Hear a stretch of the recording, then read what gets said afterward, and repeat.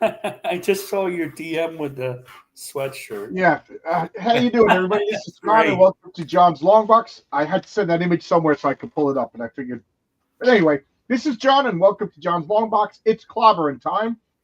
So this week, I thought we'd fight about comic books. What's more important, writers or artists? And I know everybody's going to have to. And this is, we're not talking about anybody in particular. We're talking about in general. We're not, this is the kind of drama in this hour-long video. We'll talk about that. So first off, let's introduce our guests. We got Stippling Vaughn. How you doing, Stippling? Doing good. Thank you for having me on. Just to show you I'm a new guy, I'm going to ask you this question. Are you losing weight? Yes. Yeah, you can see it. Thank you. Thank you. Yes, You're looking lean and mean. Both Miss Stipp and I are losing weight. Thank you very much for Good. I'm back to my pre-accident weight. So now I'm back. I was losing weight, got to the accident, sat in my chair, became a disgusting blob. Back to that weight. Now I'm going to continue to lose weight. So I'm on a job that's more physically demanding than my last job. Now we got Marcus over here. Are you gaining the weight that Stippling and I are losing? No, I'm losing weight. I'm teasing. No, I don't want to say, I don't want to jinx it, but I started to talk to the doctor, and they started something to help me out. So. Oh, good. I hope it's not Ozempic. Not Ozempic. The doctor doesn't like Ozempic. Yeah. I have both doctors in our area, that my doctor and Miss Stipp's doctor, both of them tried to get us on Ozempic, and we both looked them both in the head and go, no. No, he doesn't. Emphatically, no. There's three of them. All, by the way, there's all of the diabetes drugs have always made people lose weight. That's just the way they've always been. It's nothing new. But no, it's not Ozempic. It's something else. My cousin's husband did it, so we'll see. If I feel bad, I feel fine. So I'm just doing a more physically demanding job because I know I feel like I'm eating like a slob lately too. I can't stop eating. And now that I'm in Penn Station every day, I'm just like Chick-fil-A, Shake Shack. You can spend too much money eating in Penn Station. So you got a comic book to fund. What are you doing? If anybody sees me in Penn Station, stop me before I eat again. I invented a new meal. Do all that walking. How many steps a day? Oh, I stopped counting, but I'm up to about 22,000 steps a day. I can't do that. My ankle, my Achilles ankle area has been in pain forever. It was killing me the first week, but now I think I'm getting conditioned to it. My hips don't hurt anymore. My back doesn't hurt anymore. Good. I'm doing the same thing that I did at my old job. I'm the material requisitions guy, so everything comes off the truck. We got like 100 electricians. All that stuff has to be dispersed, but we had infinite space, so we would just take a pallet off and then all day long put it away, really slow, listen to music. I got to take it off. The loading dock is tiny, and it's 6 floors. I got to get it up there and put it up there where that guy needs it. There's 14 different foremen, so I got to sort it. And then what really sucks is it's up in the building, and then I got to take it whatever. Sometimes it's down in the tunnel, so I got to take it down, and you got to carry everything all the way around the hospital. Go to the loading dock area. Go down the freight. And now I'm in the underworld. So I spend about 50% of the day in the like Aquaman or Submariner. 50% of the time I'm below sea level. 50% of the time I'm above sea level. I don't know what I'm talking about. I'm crazy right now. Too much coffee. But anyway, I just like to filibuster a bit while people wind in. You haven't seen Callisto, have you? What's that? You haven't seen Callisto down there. Oh, the Morlocks. The Yeah, I remember some of it. Yeah. I'd be more worried about who was the guy who was it the mask? He'd like rearrange your face. Oh yes. Oh, I could use him. He can help me out, make me handsome. There you go. Make me handsome. We got Smokey. Yeah, I don't know what it is. He has a bone. He has a bone. Hey, Smokey, what's up? With Bazinger, aka I'll just say Weed Bill. This is just too many syllables for me. Sup amigos, how you doing? We were just talking on Twitter. Heroic Tales 2. I'm going to bring up my campaign for a second. Marcus kind of bust my chops because I kind of forget to campaign sometimes. But this is my campaign, and the reason why I want to bring it up is I got a bunch of backers. It was like kind of slow for a couple of days, and then all of a sudden I got a bunch, and I'm less than $300 away from unlocking the first stretch goal. And the first stretch goal is going to be the Mary Sue card. And if I was a smart person, I would have brought up the card, but I didn't. So let's. That card is spectacular. I Mary- almost think the card should have been the cover. That's a spectacular card. Yeah. Yeah. I know it's a great image. This is a great cover too. I'm just saying. Yeah. Well, when you work with Renzo and Oscar, everything is great. Yeah, There's I know. so much good stuff. You know what? Now I have to be a good person and bring up the card. Whet their appetite. Come on. There we go. Hit the wrong button. Okay. I'm filibustering. Promotional items, collector's cards. Come on, where's Mary Sue? Okay, that's number 1 card.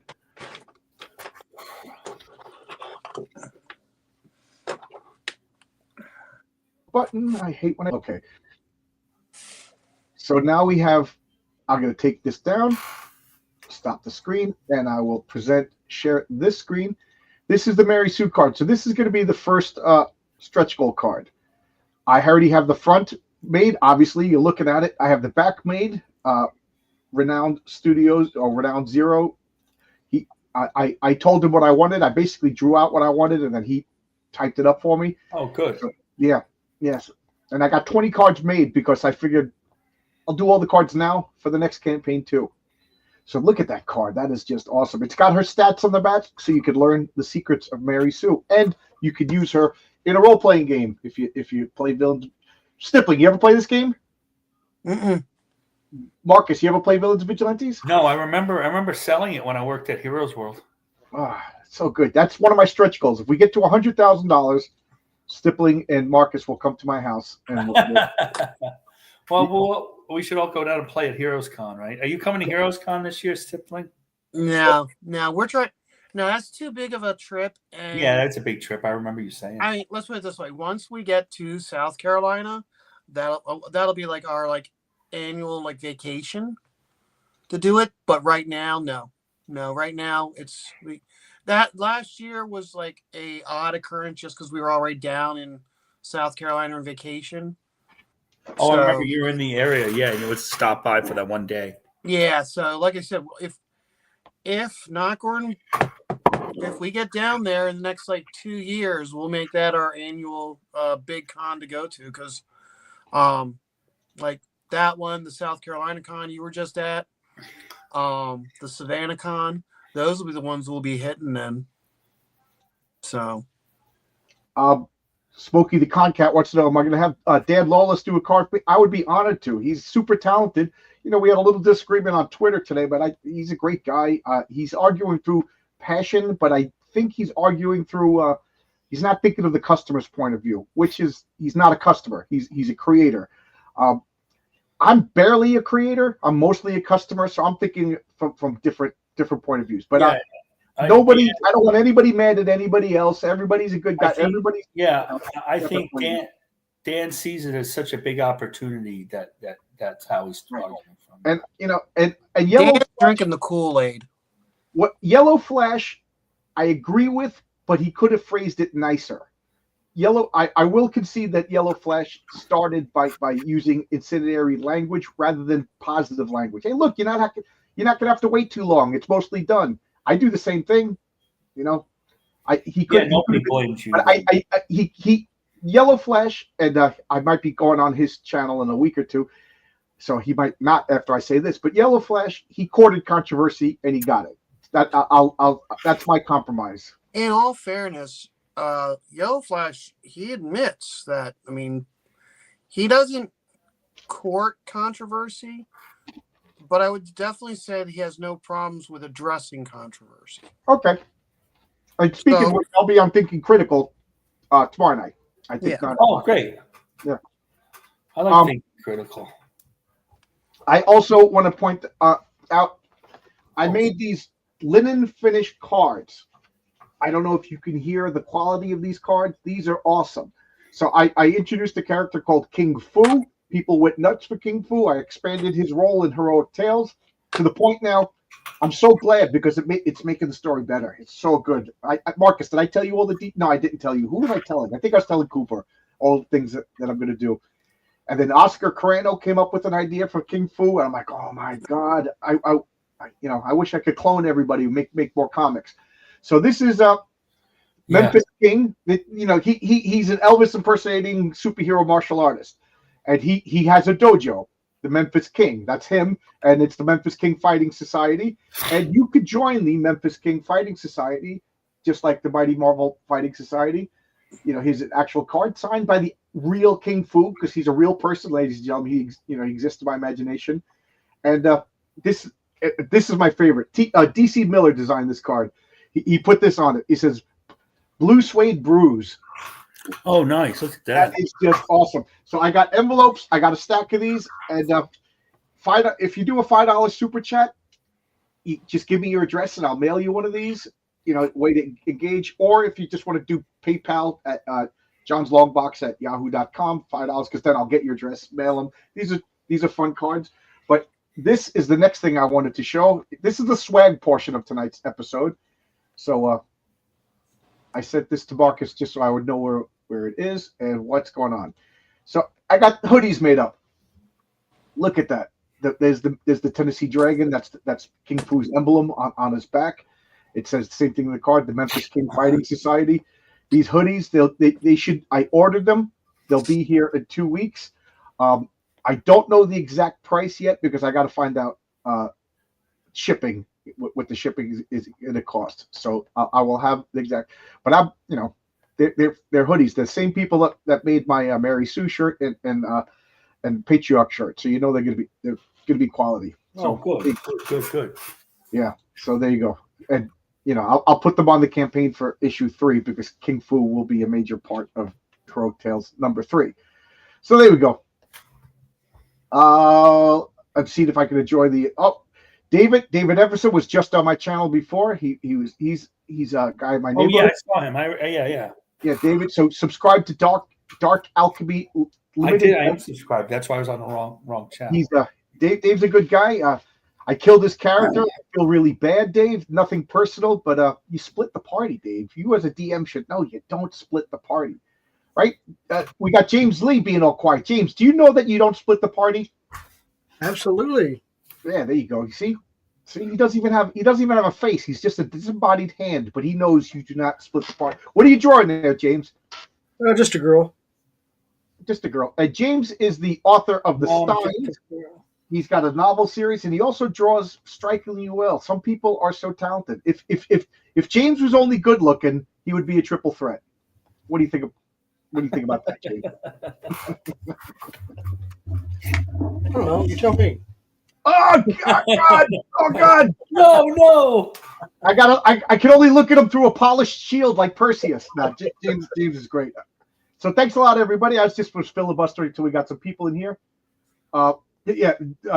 He only did what his character would do. That's a role playing game where you make a character who's a greedy son of a bitch, steals all the treasure, and then you weasel out of it. I'm just role playing my character, which my role play. I kill people that steal all the treasure. I'm just role playing my character. Touche. So anyway, now let's begin. It's clobbering time. So this is wow. Is everybody drawing but me? I don't have to draw. We should not draw. You could draw. It's kind of okay. Cool. So what? So your your main question was, which is more important, the artist or the writer? Is that what you're asking? Yeah. Tonight's discussion, tonight's drama, tonight's clobbering time fight is comic books, and I left it vague on purpose. Writers or artists. Now you could say which one's more better, which one do you like better, whatever you want to say. So James, you started talking. Who would you like to champion? Well, this is my take on it. Before Okay. I champion anybody, my take is this: to sell the comic book, you've got to have the cover art. The cover art's what sells the book. So the artist you have to have a great artist with a great cover to sell the book. But the minute the book's sold, if it's not written good, you're not going to get issue 2, 3, or 4 sold. Okay, so you're. Let me see if without art, your comic is sunk. Without a good cover art, Right. your comic is dead on arrival. Okay. It's What do you think about that? It's the same thing with novels. If you don't have a novel that's got a cover that'll go, whoa, what the hell's going on here? It's not going to sell. Stippling, what do you feel about that? Oh, your mic is off. Your mic is off. When I told Miss Stipton I was going to be on this show tonight, and the reason why, her response was, well, words without pictures is called a book. I don't think we need to go any further. All right. So, Well, the show would be really short, so we have to go further. You know. so see you guys. See, next week we're going to go back to Spider-Man versus Batman. Okay, let's do that. Spider-Man can lift 3 cars, and Batman Marcus, can't what lift do you think? Catwoman. I mean, here's Also, my thing. keep in mind, James is interesting because James isn't a writer and an artist. Stippling, I know you're an artist. Are you also a writer? Well, I mean, I don't have the money to hire a writer, so yeah, I have to write scat investigators. Okay. And Marcus, I know you're an artist. I'm an artist. I don't really do too much writing. I don't feel like personally that I could come up with ideas and some write my you should write it yourself. But I don't feel like the idea of it for like whatever 20 pages. Like how long is the idea again? I have a chance to end all my ideas in like 3 pages. The big explosion or something. Yeah. So there's that. Eventually, I would write something, but I've mostly worked with a writer. Yeah. So I can't draw to save my life, although I do sketch out stuff to show my artist. And according to a lot of people on the internet, I'm not a writer, so I don't have a pony in this race, I guess. Well, everybody's what they are. You've created a comic, you wrote a comic, you're a writer. Different levels of everything. So Smokey the Concat says, comics is a visual medium. The story keeps you buying more. That depends. We said that. You've said that before, and I'm thinking about it now. It depends who the writer is, and it depends who the artist is. So if Neil Gaiman's your writer, Neil Gaiman, or Alan Moore, Neil Gaiman, Peter David, say back in more of a superhero-y thing, Mark Waid back when he was really a hot writer, 90, would you always buy a Mark Waid book? You're buying just a Kurt Busiek book. They have to be paired with a competent artist to get their ideas across. Do they have to have Jose Luis Garcia Lopez draw their comic for them to buy your comic? Probably not. But if he did, that's just a spectacular superstar comic, right? But they have to have at least competent artwork, like to be able to sell the story for them to do it. Mark Millar, that type of thing. Those are the super. Now, if you're a superstar artist, just an artist, and you're Garcia Lopez, who doesn't do that many comics, you could get by buying just his book just for the pictures. He's going to tell the story, so it's not going to matter what they say. Like, say, Cinder and Ash type of thing, which was overly complicated, or some of those Elseworlds that he did that were kind of like the one where Superman was like kind of a football player and he was really snotty and something like who wants to read that? But Garcia Lopez is on it, Oh yeah, no, that was great. Oh yeah, or John Byrne, but John Byrne's a writer and an artist, and so or Neil Adams when he did those Dead Man series. They had like no continuity, but man, did they look great. Yeah, you're going to buy Neil Adams. Well, Neil Adams doing his continuity comics, if you can find them. They're written like crazy people, but Neil Adams is doing it. You're absolutely right. They are written like crazy people. So can I, that's funny you said that. can I add in something on this? So it's relative, right? It's all relative. But you need to have. The problem is there's been silent comics with no words. Not too many of them, but they do work. Before you said that, Feldsbug, I was waiting for this comment. G.I. Joe 21 silent running. You can have a comic without writing, but Larry you couldn't have Hama. a comic without art. I want to say this, though. If Feldsbug, you're right. There's no words in that comic, but there is writing. I don't know who the author was. Was it Larry Hama? Yes. He wrote a script, and he told the artist, whose name I don't know, what to Larry draw. Hama. Larry Lieber. Oh, Larry Lieber drew that. No, I think Hama was the writer, right? Larry Hama was the writer. I believe it was Lieber was the artist. Okay, I'll take your word for it because I don't know. But my point being is, there's a script that the artist didn't just start drawing things at random. He followed a script. So even without words, there was writing in that comic, which may sound a little counterintuitive, but like I said, Larry Hama wrote a story, and that story was conveyed through motion picture or moving or not motion picture, sequential art. There's a lot of good comments in here. Zach 10 says, I don't know. Good marketing can sometimes overcome bad art. Good marketing can get me to I was gonna make a crude comment. Bad makeup got me to go out with an ugly girl once, and good marketing made me buy some bad comics. So how's that? Well, All Well, right. you could start out, yeah, Okay. or everybody's who thinks is a good artist. Some people like George Perez is the best artist ever, and some people don't want to look at him, which is rare. But beauty's in the eye of the beholder. That's another thing. And the beholder, Dave Edison's eyes just lit up because he's a DM and he's just thinking of the Dungeons Dragons monster. Okay. Beholder. So here's another aspect to this, Sure. Yeah. and this is where the novel versus the comic book comes in. So, as both comic book artist and novel writer, I can push this out. In a novel, I can go 3, 4, 5, 600 pages to tell a story. In a comic book, I'm limited to 24 pages. So I need the artwork to tell the story for me as it follows what I have written. Without the artwork, the comic book is dead and it's just a 24-page outline. Yep. So I mean, I'm being truthful as one that does novels and does comics. There's a big difference between the two, because I cannot sit there on one page and put 75 words down on a comic book page. I'm going to draw it. I'm going to draw it out so you can see the pictures to understand what's going on with verbal interpretation. Absolutely. I just got a super chat here, and I'm gonna bring. although- I thought you were done, James. I'm sorry. No, go ahead. RRTNZ, who already earned a Memphis King card, so send me your address. I'll mail it to you. You It's already going earned to take you $50 to mail to New Zealand, however, but that's that. He must have did $50 in super chats, unless we find out New Zealand dollars like this is like 18 I don't know cents. what the exchange rate is. Yeah, I got to figure out. But I'm going to do a despicable middle ground thing. That the artist-writer combination of the true heroes of comics: Kirby, Bird, Miller, Eisner, Darwin Cook. Those guys, the real chat. I will say this: to me, I think if you got like a guy like Will Eisner or John Byrne or all these people that you mentioned that write and draw their own stuff, that is the best situation. Well, that's what's happening here in our crowdfunding. A lot is the writer artist.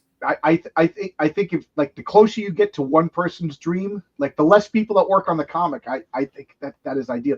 Unfortunately, I can never have one person because I can't draw, or at least I can draw, but nobody's gonna pay for the art that I'm gonna. Yeah, but the thing about it is, but hold on just a minute. The thing about it is, John, you can write. You write your story, right? Yeah. Well, it's a dialogue thing, right? Like the Marvel method, and I've done a story, the Marvel method. But I'm saying he still has control of the story layout. He knows how the story is going to go. So that helps an artist who's willing to work with you. Yes, that's a very good point. Because when I work with Renzo, he likes a tight script and he wants me to tell him exactly what to draw. Correct. To the point, like he'll submit a page to me, and he does it in layers, so it's easy to correct. And I'm like, no, he has to have his arms this way, or it doesn't. Oh, okay. Because sometimes there's a language problem, whatever.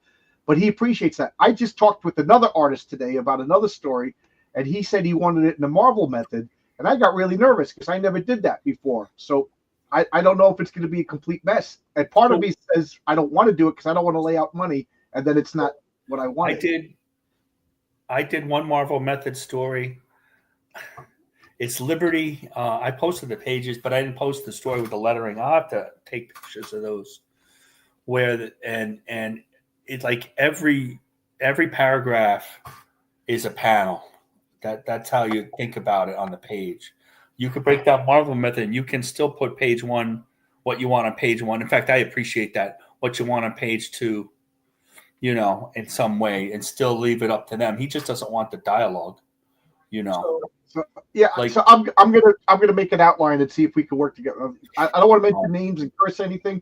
Super talented guy, lucky to work with them, but we'll see. That's odd because the way I do mine a little kind of crazy. So when I'm doing my novels, I will use the chapter titles as what's going to be in the chapter. You know what I'm saying? But on a comic book, what I will do is I'll sit down and take a little sheet of paper and draw out the page of how I want the page to sit, as in like you're doing a storyboard.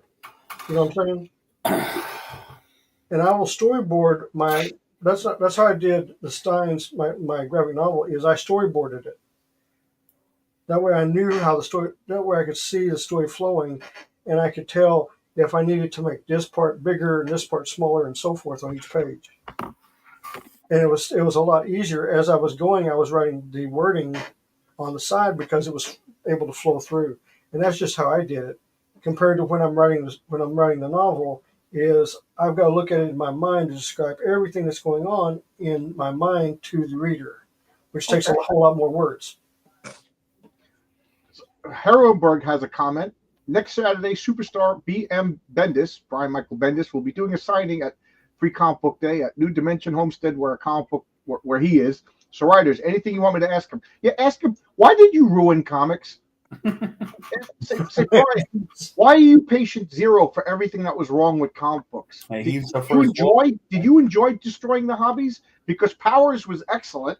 I noticed that your own creator-owned stuff was really good, and then you destroyed everything else that wasn't your own. Is this a purpose to destroy competition? Do you get off on this? Ask him those kind of questions, and then see if he'll answer those questions on John's Long Box with you one day.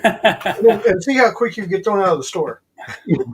So what's happened now is the writers are in control of comics. The artists don't have much control because of image. So up until that time, my understanding is most everything was done by a plot, the Marvel method of plot. But we always think we think of the Marvel method. You think of Stan Lee talking to Gene Colan on the phone, Colan taking some notes or taping it, and then drawing the comic out. But that's not how it got more detailed. The writers are writing more. There's stories of Jim Shooter. What is the one Vaughn might remember where Aaron LaPresti said he got a plot from Jim Shooter that was 40 pages for a 22-page comic or something? That's funny. It was just so full of detail and what he wanted in there and that type of thing. So you look at Alan Moore. Alan Moore was notorious that he'd have pages upon pages, like 3-4 pages with all these details about what's going to be going in this one panel. Yep. And the artist would flat out say, he goes, and the artist at one point admitted that they stopped reading all of the scripts. They'd read like the first 2 paragraphs. And, okay, that's what's going in the first page. Right. First panel. Because he was just too much information he was asking to be in it. And he was like getting the mood and whatnot. No. And as for and if I can jump in about the whole like when you said about image, I remind you guys, everybody gave Image a very hard time because they were very poorly written. Okay? But they each started their own studios based on their own style, and every single one of their books sold like hotcakes. Right. Ever since Marvel and DC have switched to we need the writers to be the stars and the artist is the hired help. Notice how No, that's what I was getting to that. Notice how the sales of comics have been going down. You know what? I was going to bring up that too. Yeah, and it also backfired on them because all the writers went to Substack and blew them off. Well, here's the thing. The problem they had with this mindset of bringing in writers was they got the wrong ones.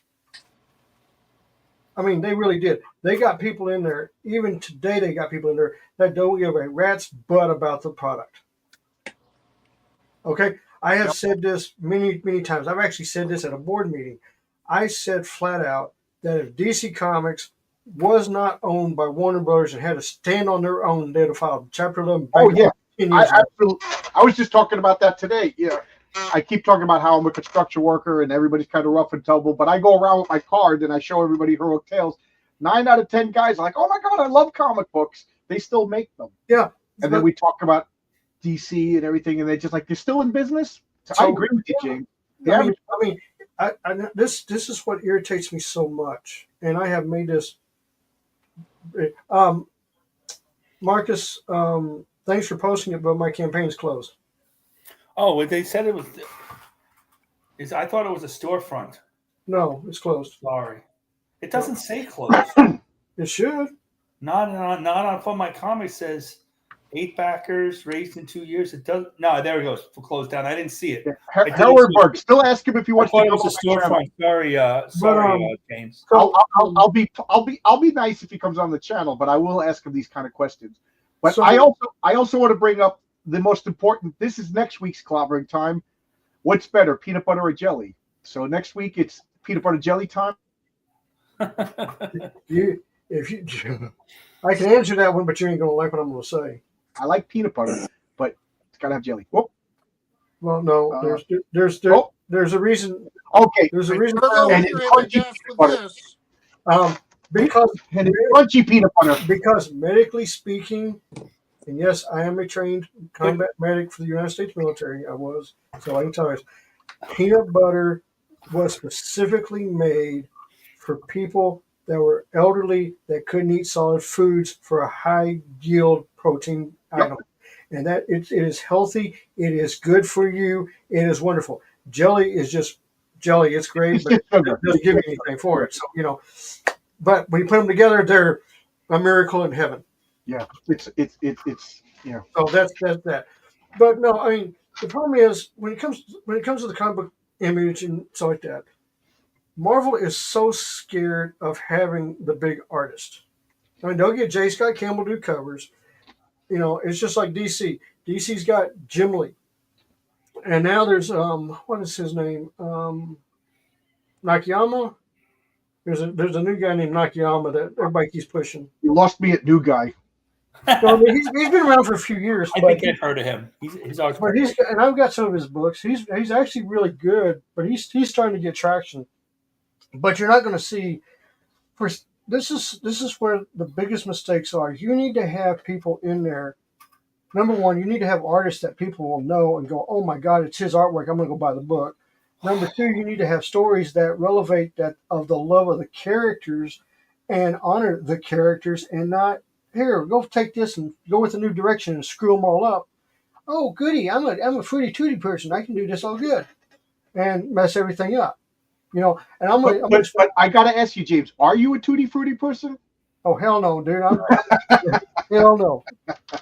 I'm an equal opportunity killer. I write horror, dude. Come on, man. Let's put it this way. I don't just- see him doing Alabama slammers and kamikazes and sex on the beach as shots at the bar. Uh-oh. Give him a bourbon or a whiskey. It sounds like you and James have a story to tell.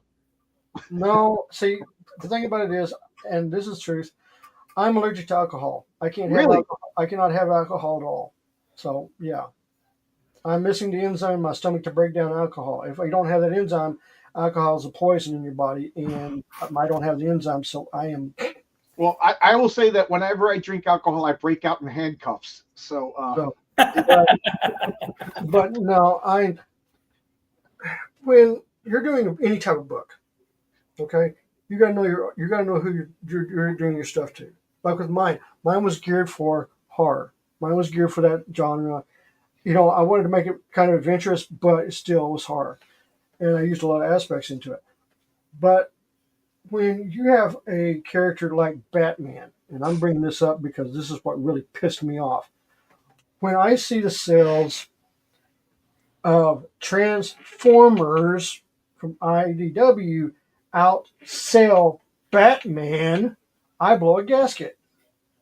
Because people are saying that it's a good comic. Like I want all comics to sell well. but I'm saying, but I agree with you. Batman should be always the number one seller. There's Batman nothing wrong. There's Batman something wrong. is DC's right now. Batman's DC's comics lifeline. Right. I'm being honest with you. It's not Superman. It's not Green Lantern. None of them. It is Batman. Well, Batman they is sabotaged the- Superman, and I'll never forgive them for that. Superman's my boy. Batman is the big one. Okay, so this is why Lobdell, this is why Lee, and everybody came back to Batman to get their sales back up and keep it and get it and keep it going. That comic's not that good. So I'm just saying what they did, and the sales are actually doing pretty good. Now, what I would like, Kathleen Kennedy, God, No, I'm not going to go. I'm not going to say Michael Bendis is Kevin Kennedy. I'm going to say Kevin Kennedy's worse.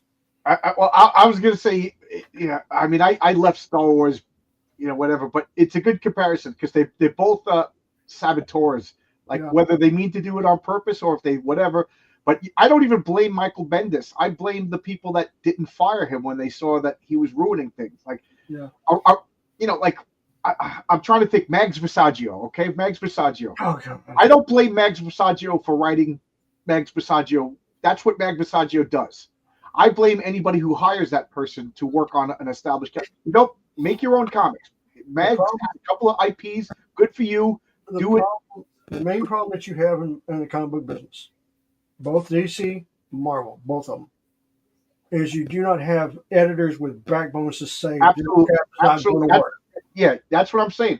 You can't get mad at a snake for biting somebody, and being venomous. That's what snakes do. Mags Visaggio is going to write Mags Visaggio type stories. That's what you get. The editors shouldn't be hiring that person. So I think we agree in different words. That's the whole point. Is you got to look at the upper office. Yeah, and that's what I said to Tom Brevoort, and he blocked me. Tom Brevoort celebrating 35 years as the editor at Marvel Comics, and I said, "Congratulations, you're the editor managing the decline of Marvel Comics." And his response were, "I'm sorry, comics aren't as good as when you were 10 years old."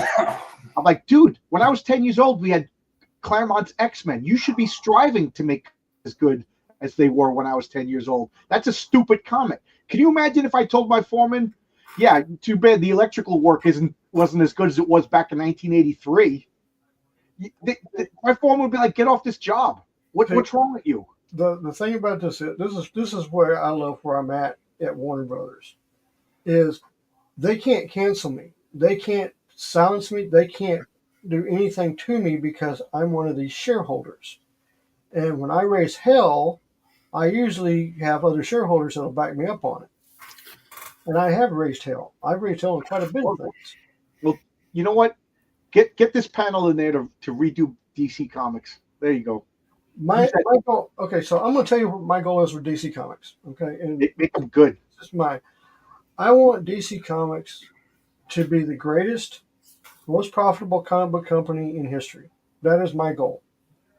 And to do that, I have a 3-point plan.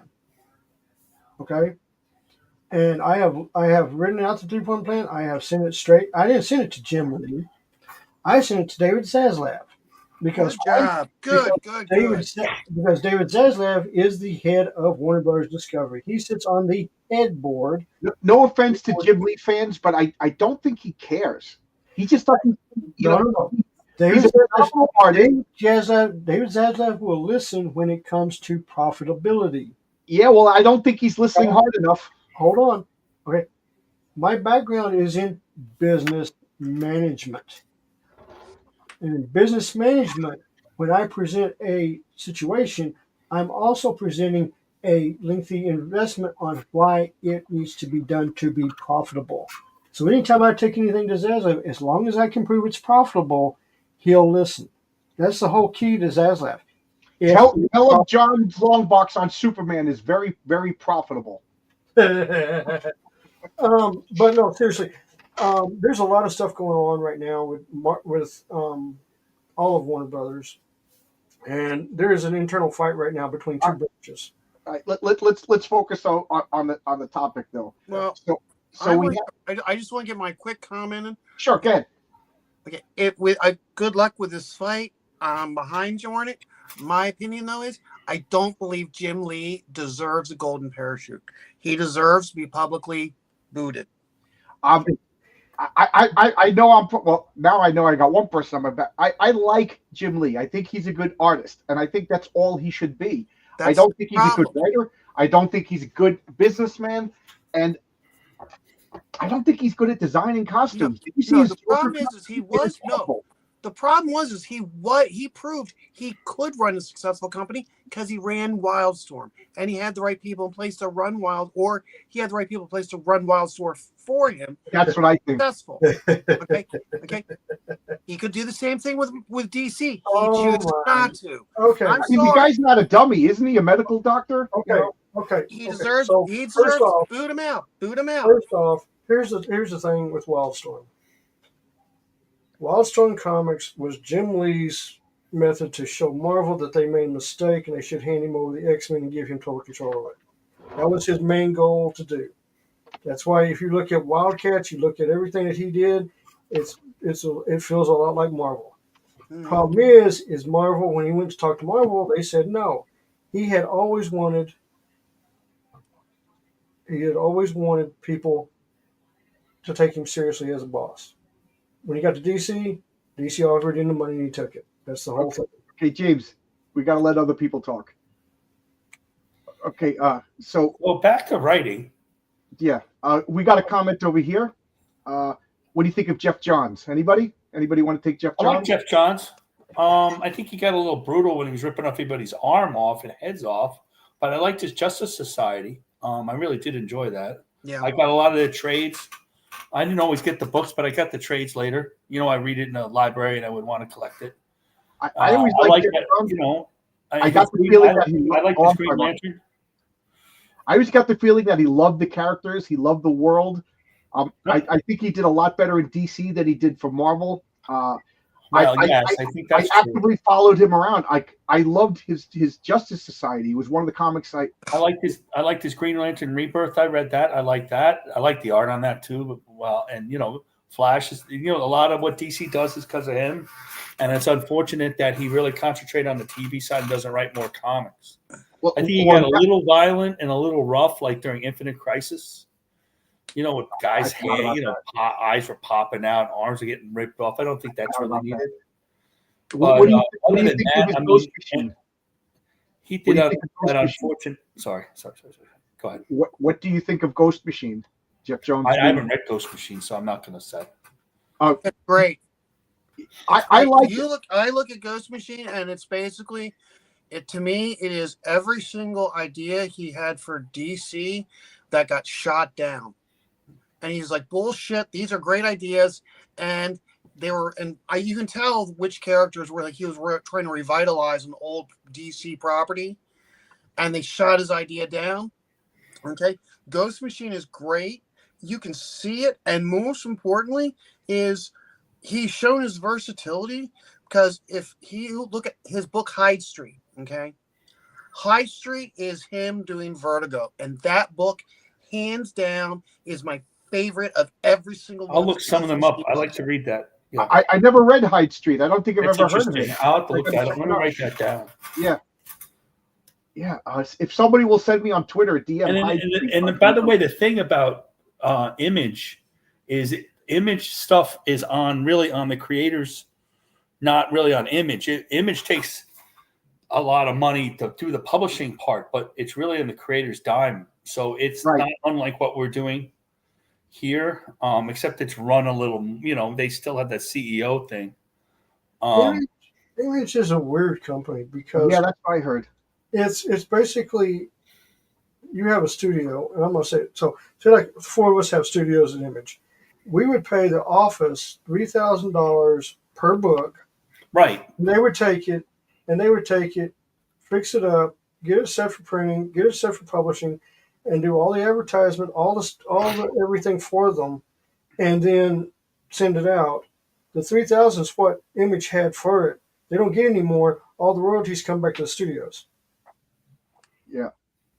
I know a couple of people said that they were losing money by the time the fifth issue Yeah, a came out. lot of guys said that. Yeah. Mm-hmm. Jim Lee should return back to Wildstorm and leave DC alone. I don't think anybody's going to disagree with that. Well, DC bought Wildstorm, so that I don't like Wildstorm in DC proper. I don't know. It just doesn't Yeah, work. that seemed kind of odd to me too. Now, what they need to do is they need to split them. I wanted to say RRN, but I wish he had a name. RRTNZ had an interesting about Kingdom Come. Okay, we're going right to that one. All right. Oh, sorry, I didn't mean to go. That just caught my eye. Yeah, maybe this will help answer. Would Kingdom Come be anywhere near as epic without Alec Ross's incredible artwork, good stories? No. The art? I will say this. But Alex Ross brought the story to Mark Waid. Right. And he Mark did the same Waid thing with Marvel, too. Mark Waid gets more credit than he deserves for that. Exactly. Oh, yeah. You were Kingdom just Come, saying the same Kingdom thing. Come was Alex Ross's baby. I mean, The that's same thing with Marvels too. He brought that to Kurt Busiek. Now I think he worked with Kurt Busiek a little more than Wade. yeah. I mean, I pore over those books. And Yeah, but and Universe X, that the future, Yeah. that was all Alex Ross, and then Alex Ross Jim comes up with Kruger. some fantastic ideas. He really has. Did you get his Fantastic Four graphic novel? and Alan Moore is that kind of nut that gives writers a good name. I love Alan Moore, but I could see why people are sick of him, and I could, I don't know. I have fond memories of Alan Moore. I'm not going to talk bad about him. What does Jeff Jones think about the Absolute DC? I don't know. If anybody knows, I would be curious. I guess people like it, but there's people who like all these comics. Wasn't Ghost Machine supposed to be Vertigo? I don't know, because Vertigo. Let's be realistic. Vertigo's been dead for 15 years. That little revamp wasn't really Vertigo. Vertigo wasn't really making money. Yeah, Vertigo was too. I loved Vertigo. That was peak pretentiousness time. Oh, and by the way, I'll plug something else. Fabrizio Aiello, we're going to have a once a month show called Post-Tentiousness, and it's going to be us talking about really esoteric, bizarre comics that you haven't heard of, and we're going to be real snotty and pretentious about it. Because when you're past pretentiousness, all that's left is post-tentiousness. So that's going to be our tagline for the show. That'll be fun. Yeah. So if you throw in manga, I got some pretty good ones that'll blow your mind. So, all right. So it looks like I got. So you don't like the art on Hush 2? I didn't see it yet, so I can't comment on it. I've got it.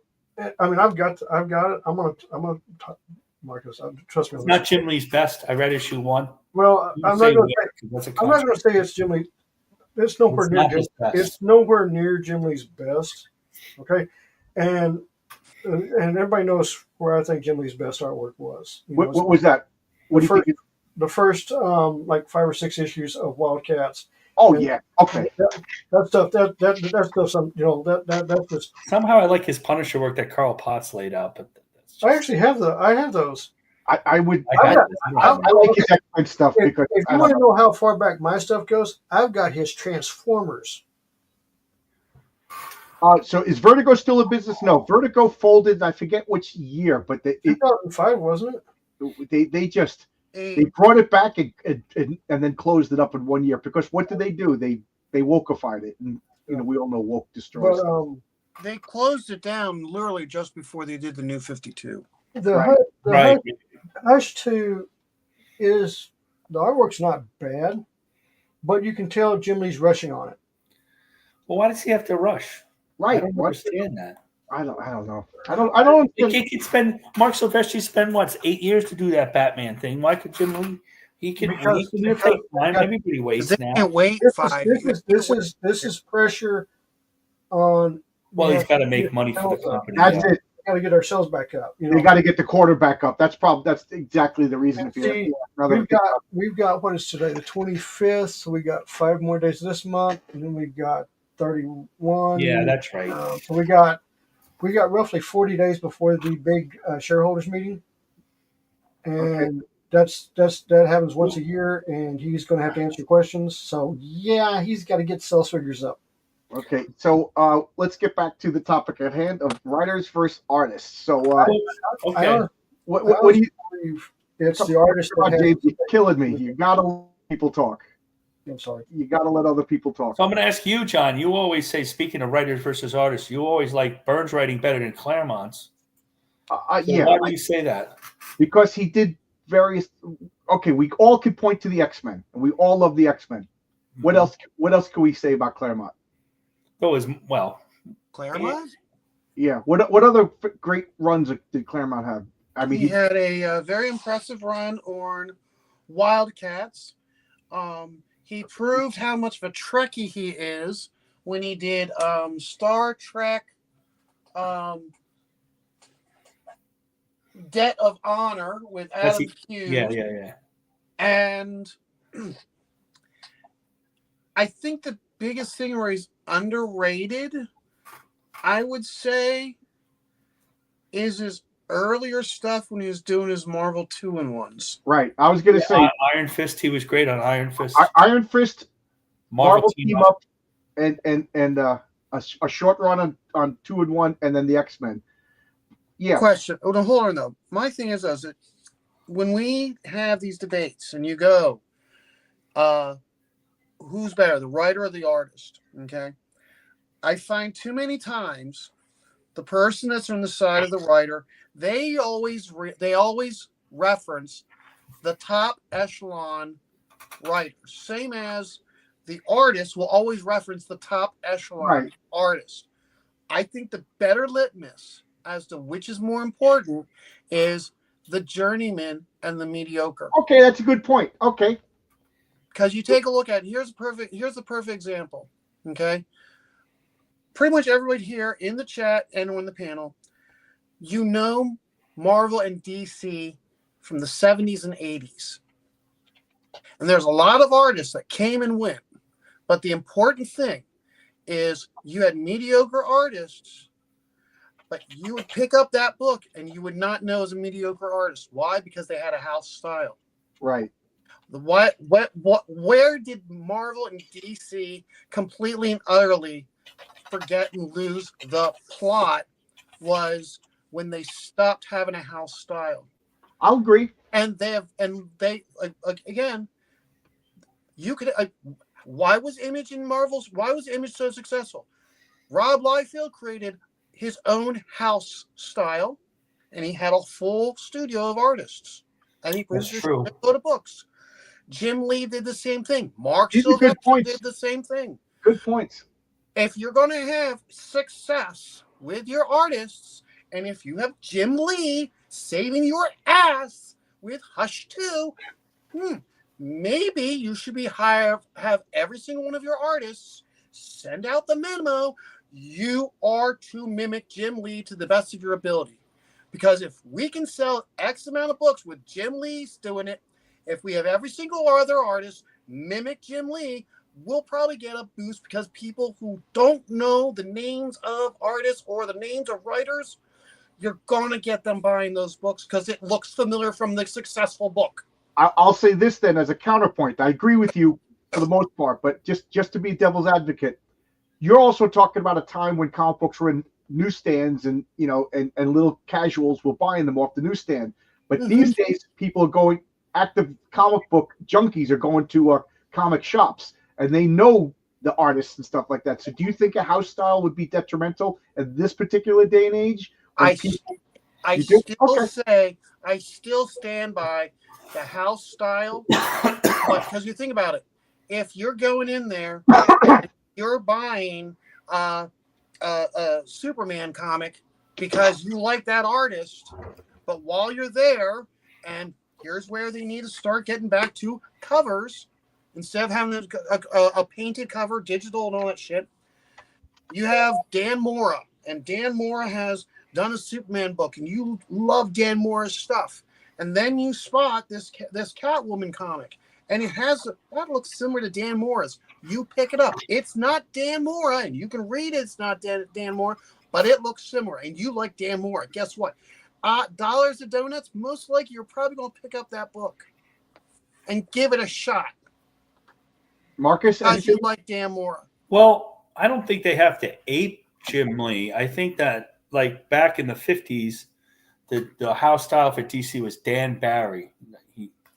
That kind of Alex Raymond, kind of Flash Gordon, and you saw them draw that all the way through, like the early Gil Kane comics and Adam, and the only ones that broke through were kind of the Superman. And until like Marvel broke out, and it was hard to be ape Jack Kirby, but they weren't aping Jack Kirby. They were aping Jack Kirby's storytelling and the power of it, how to do that. And that's what it made. So you had different styles, but doing Jack Kirby. You could see swipes, so everybody did that. And so they're able to fit John Buscema or Gene Colan in there, and they were stylistically different, forcing DC to kind of stylistically different follow Neil Adams at that point, with so many. So I'm thinking of something more like Mike Grell and Neil Adams, but Mike Grell, especially early on, are very close to a Neil Adamsy, but not exactly like him. But, a style of comic, yes, I agree. But you get what I'm using Jim Lee because I'm using Jim Lee for today, But yeah, you're right. But you're absolutely right. Back then, they all had it. I mean, perfect example I'll give you is Marvel for the longest time. Their house style artist that everybody was asked to mimic was John Romita Sr. Right. In fact, if you had a newbie who was doing a book, Right.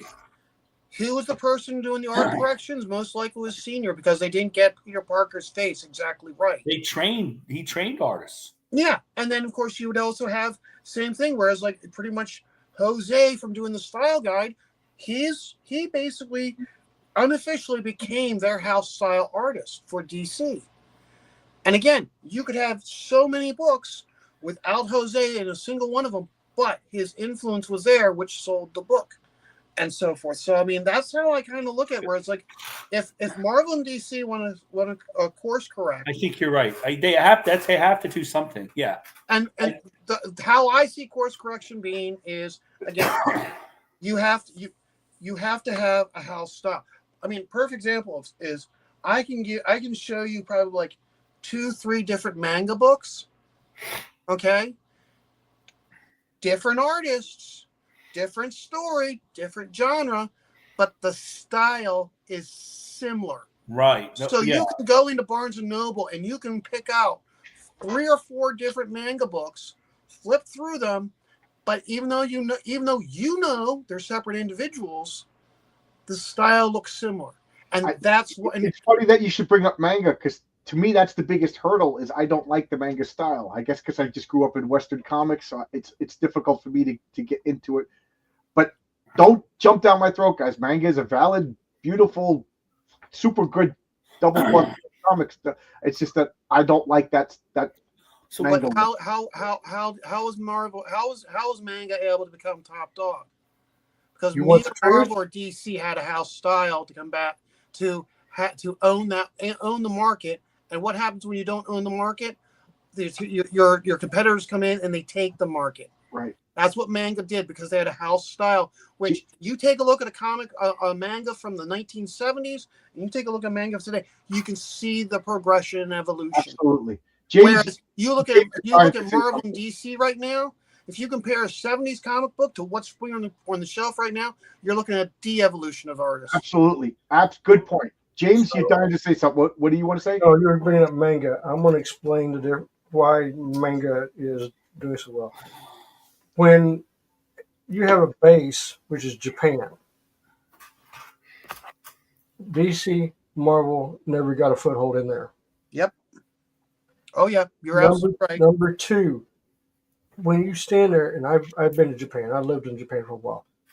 When the doors open and they're selling manga, children, men in business suits, women, Yes, everybody buys the manga, because unlike comic books where it was just, it's a kid's fashion, it's a entire culture in the entire country. When you sit there and you see a train come in, that is, the whole interior is nothing but Hello Kitty, and it's popular, that should tell you why they're beating what they're beating. And then he comes over to the United States, and what do Marvel and DC do? Don't even pay any attention. Right. Well, I mean, they have a cultural difference that it's just acceptable for anybody to read manga. They never had that 50s, 10-cent plague and stuff like that. And most importantly, what she's leaving out, what we get in the United States is only the stuff that was successful in. Right. I was just talking to that with the security guard. Spider Gonzalez. Is that the coolest name ever? Yeah, Spider that's Gonzalez. A good name, yeah. Yeah, he's the first one buying a King Fu hoodie, by the way. First one. Every single thing that comes over to the United States for us to buy is 90 to 95% profit, because it made all its money in Japan. Right. The cream of the crop is rising. Just like in Japan, I bet you they don't get Power Pack and Spitfire, if you remember that comic. You know what I mean? They're getting Fantastic Four, Batman. They're getting the best stuff too. Well, the only comic books that I saw over there, and I'm being honest with you on this one, when I was in the service, were the ones that we ordered from the PX. Okay. And we had to personally order our books. They just didn't keep them. The only thing I saw over there was I saw Spawn #1 that was Japanese, which I actually have. I actually picked it up. I was like, ooh, okay. because it's all in Japanese. It's all written in Japanese, the whole thing. And I saw Superman. I saw Batman. Yeah. I The saw top dog. I saw X-Men. I saw Avengers. Basically, that was it. And Spider-Man. That was basically it. Yeah, the top dogs. And We got they two were, comments over here that are basically like diametrically opposed. I wanted to bring this up. This is some good stuff. Dirty Fatty says, and I always giggle when I say that name, old Dirty Fatty. I picture the guy who tried to sit next to me on the subway today, and I gave him the old evil eye, and he sat someplace else. But that's besides the point. Valiant had a house style that ran across most of its line, and that really helped to make comics seem to exist in one world. I see Stippling is nodding his head in agreement. What do you, that you agree? I'm so Yeah. mad that I missed those Valiant comics. had Nabro, which gave them the ability that, regardless of who the artist was, when the artwork got sent in, it gave them the ability to do art corrections right there and all of those. And the reason why they called it Nabro was each one of those artists, they just, okay, this is what you're doing. I need you to, I'm going to twist it. I'm going to twist it like a little dial. This is how you do it. And that's how they're able to do all their art corrections. look who was behind color- Valiant when it started. Hmm? Look who was behind Valiant when it started. Jim Shooter. That's right. I have a story about that. My friend was called by Don Perlin to work there, and he wouldn't do it because Shooter had too many rules. Too many rules of how to do a comic. He had so many young artists, you know. Yeah, and those rules made the comics good. Yeah, no. Well, some of the Valiant comics were good. You know, he I'm let not the gonna- I'm bigger not gonna guys say all draw, the like Valiant Mark comics were draw what good. he I'm not wanted, gonna though. say You that. know, or Joe Quesada. It wasn't. I Nah, don't have any of those Valiant comics. That's something. I had some of them. I like Magnus Robot Fire. I've got Turok. I've got Yeah, Impact. Turok's good. I've got Solar and Hardcore. I think I have too many Solars. And, So and I now like I want to this- juxtapose that comment with Martin Stephenson. First off, Martin, never saw your name before. At least I don't recognize your name. So thank you for being here and checking us out. You know, it's cool to see new names. But he says a different comment that Walt Simonson, Frank Miller, John Byrne, George Perez, Michael Golden, different styles that stood out is more popular than the art from the production line. So he's kind of disagreeing that. No, but however, all of those guys, except for maybe Miller, he was based more of Ditko and Gil Kane. Simonson, Byrne, Perez, and Golden all based on a Jack Kirby style storytelling and a Jack Kirby style at the beginning of the career. Byrne was a little more Neil Adams, but we know that Perez tried to drew that Fantastic Four a lot like Kirby. So they had similar storytelling until they were allowed to break open. Okay, so that's. I'll get to you in a second, Stipper. So that's something I wouldn't have picked up on because I'm not an artist. But you're saying their style and storytelling was similar to Kirby's. They learned from them. Okay, And because I agreed with Martin, but I kind of agree with both of you now because the world. It's not wrong. It's not wrong. I'm going to throw something else in on this because if you go back and look at the early works of Dan Panosian, Greg Capullo, who else was there? No, I would say Scott Clark. I would say Fraga, Brian Denham, Chen Jiaplin. They're all kind of in that Liefeld Lee mold. And when it first started out, even because you go look at Capullo's X-Force and his first 3 books that he did for Spawn, they don't look like anything else until he took over Spawn. They don't look anything like that. So you can see that there was a kind of a house style in Image when it was going off at an extreme, and especially at extreme, and especially at Wildstorm and at Top Cow for the first couple of years before they let them break loose. I can't pronounce this name. Oluwafemi. First off, thank you. You had a couple of comments, and forgive me for not pronouncing your name correctly. John says he doesn't like manga style. I'm curious to know, is he saying Daniel Warren Johnson? Is that WDWJ art? Is that I got to admit, when I first saw Daniel Warren Johnson's art, I didn't like it. It was just a gut reaction. But that's the way I am to a lot of things brand new. And then, I hit it. I didn't like it, and then it absorbed into me, and I enjoy it for what it is. I think it closer to like Rini's art, and we all love Rini's art. So. Yeah, Rini's sweet. That's kind of the question. Yeah, but to answer your question, I do like Daniel Warren Johnson's art, but I'm struggling to think if I own any of the comics that he did. The first I ever heard from him was Murder Falcon, but you know, but I don't think I have any of his comics because I've really been cutting down on newer comics. But that's not because I dislike it. It's just, my spending money is going in to make my own comic now. Felsbug says, no, it's house style. Manga has a wide variety of stories and a creative. Yeah, It does. It does. If you go over to Japan, there's a bigger, absolutely. a lot bigger. So yeah, it does. Yeah. Yeah. Chuck Dixon talks that his favorite manga is about a grandfather and his grandkid who go fishing. Yeah. That's a really popular one over there too. Yeah, so you know what he's talking about. And the Yeah. security guard, Javier Gonzalez, I got to say that name because it's the coolest name. He tells me that his favorite manga is a guy and a girl hanging out behind the school. He's trying to build up courage to ask the girl out. That sounds like something I would not read in a billion years. That's a major trope in a lot of mangas. Okay. And Yeah, I it guess also goes vice versa, where the girl is shy and doesn't want to, so it's like that. Yeah. So there's a bunch of those. Japan's been inclusive of comics and gave more variety. Yeah.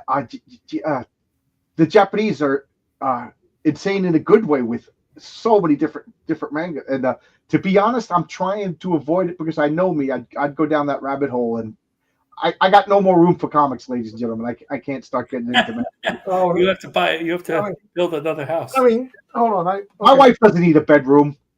No. We can sleep on the couch. Yeah, there you go, James. You understand the struggle. But there's manga right there. All that's manga.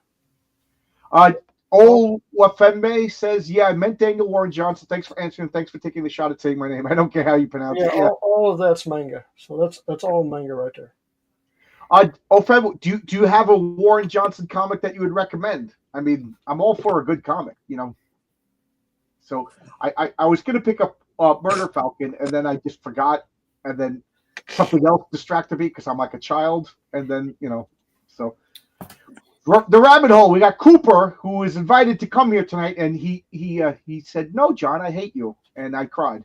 So why do people get Image Comics the art? How many stories do we talk about? Spawn 1, maybe. Image didn't take off until the writer heavy second wave came in. So he's disagreeing with your earlier statements. And notice my opinions have been non-existent throughout this entire hour. I'll get to that later. I mean, if you really want to go sales numbers, I can pull sales numbers for Image. Thank you. That's the bottom line. So, Cooper, you hear about those sales numbers, Cooper? How's that for hurting my feelings? Sales numbers, Cooper. Always trump which is better. And the sales numbers, when the artwork, when comics books was understood that it's a visual medium and that's what's important, that's when comic book sales were at the top. Now that it's all about writers, it's at the bottom. Well, McFarlane hired a bunch of top writers to write Spawn, more Gaiman, and others, but it didn't work out so well. That is true. Why do you think that? Butting heads. Butting heads? I don't know. Can you imagine? McFarlane's got an ego as big as Alan's. Could you imagine working with Alan Moore? That would be rough, wouldn't it?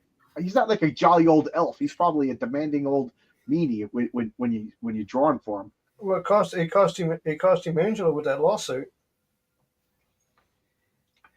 Oh, Daniel Warren Johnson's doing Transformers? I didn't know that.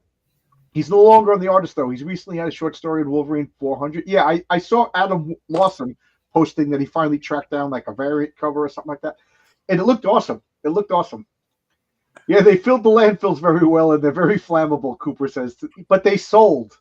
I gotta say, sales figures are sales figures, and that's the bottom line. I really wish DC had the sales figures Image had back in the 90s. I'd be more than happy with that.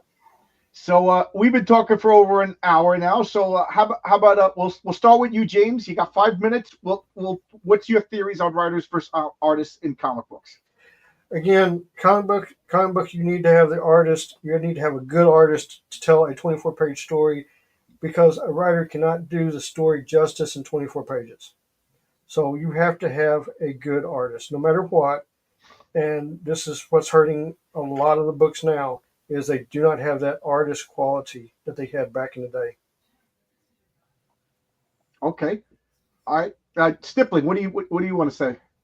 I don't need 5 minutes, when I said I was going to be on this show, my girlfriend, who's a normie, said, "Words without pictures is called a book.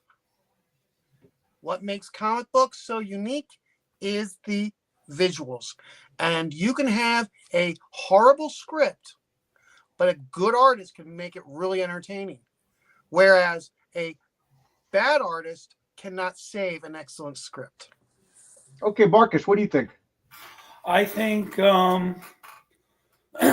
I think there's always been both. I mean they do have writer. There's always somebody writing the comic, and there's writer artist, but somebody does have to write the book. So I'm going to say the artist is more important because it is more of a visual medium, but you can't not have the writer. Mm-hmm. I don't know if it's 50-50, but somebody's got to write the story, whether it's dialogue or not. Okay. So that's kind of how I think that. I don't know, a winner or a loser. I'll say this. I think the artist is more important. Me being a writer, I comic books are art based. Without good art, that comic is dead on the shelf. Mm-hmm. But I am a weirdo who will follow a writer over following an artist.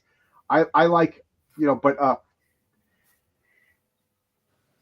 you need good art to sell that book. And like Cooper in the chat, I will drop a comic if the story is bad. And that's what happened with Image Comics with me. I think I lasted like 18 issues on Spawn, and I can't even count on one hand how many of the other comics I stick with because they were just terrible. The art was, well, I don't like Liefeld's art, so that doesn't matter. But the stories were just terrible. And I do agree with Cooper that nobody will ever talk about the great stories in Image until guys like Alan Moore started writing Wildcats. And then when he turned like that was such a good, and Supreme. And then at one point, Image was the best. They started having a lot, but like Stippling and James say, Wildcats wouldn't have got to the point if they had terrible art. Now, you know how I feel about most Image art, Jim Lee and those guys being like, why am I even beating around the bush? I don't like Rob Liefeld's art. I still can't like it. Matter of fact, today I shared one of his newest images with one of my friends and said, "This is garbage," and they were laughing at it. Yeah, I just don't like Rob Liefeld's art. It's amateurish. He got too big too fast, so he never needed to improve. You know what I mean? Like a musician, they'll train and train, so they record that first album, and it's gorgeous because they trained for 6 or 7 years. Rob Liefeld got too famous too fast, and therefore he never needed to get better. He never needed to improve. What do you guys think? Am I talking crazy about Rob Liefeld? I don't like him. He didn't want to improve. I like him. I take that back. He himself, I like. He didn't really want to improve because they don't want to lose whatever it was that made him so popular. I don't know. But anyway, I think you need a good story. Otherwise, it's a poster book. A comic book needs a story. Otherwise, it's just a pamphlet of images. So, but some people like that. But, you need art. And then here's another thing Cooper's going to get shocked about.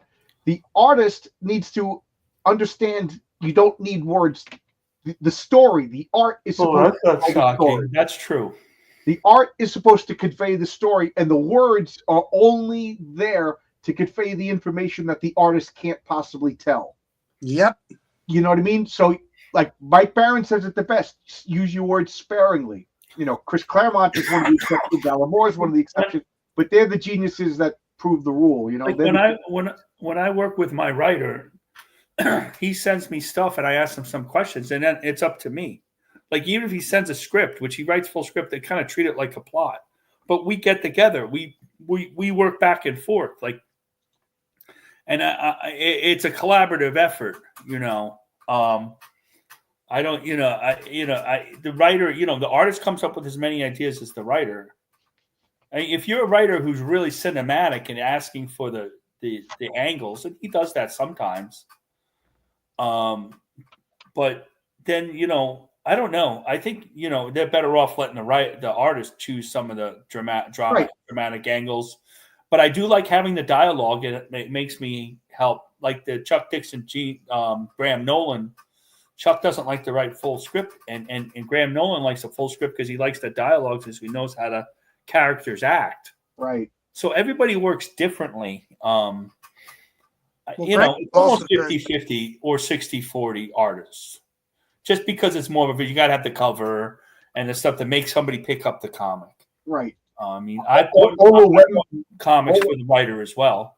Ola Febby says, but at the same time, he's talking about Rob Liefeld.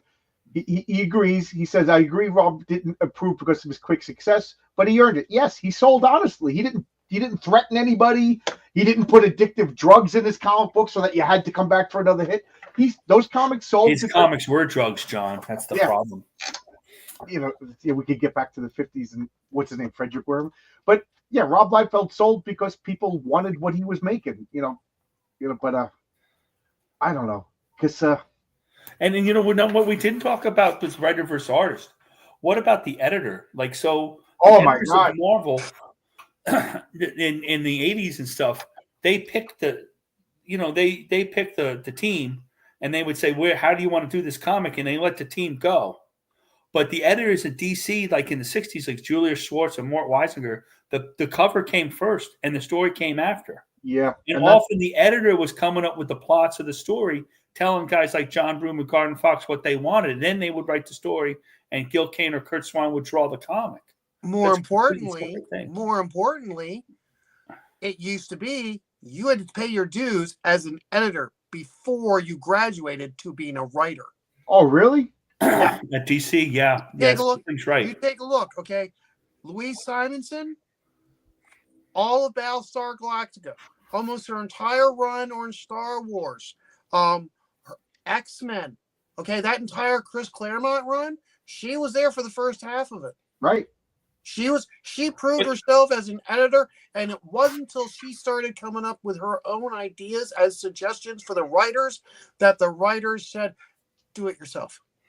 And they didn't say it in a mean way. They said as in you got the ideas. You need to on this story yourself.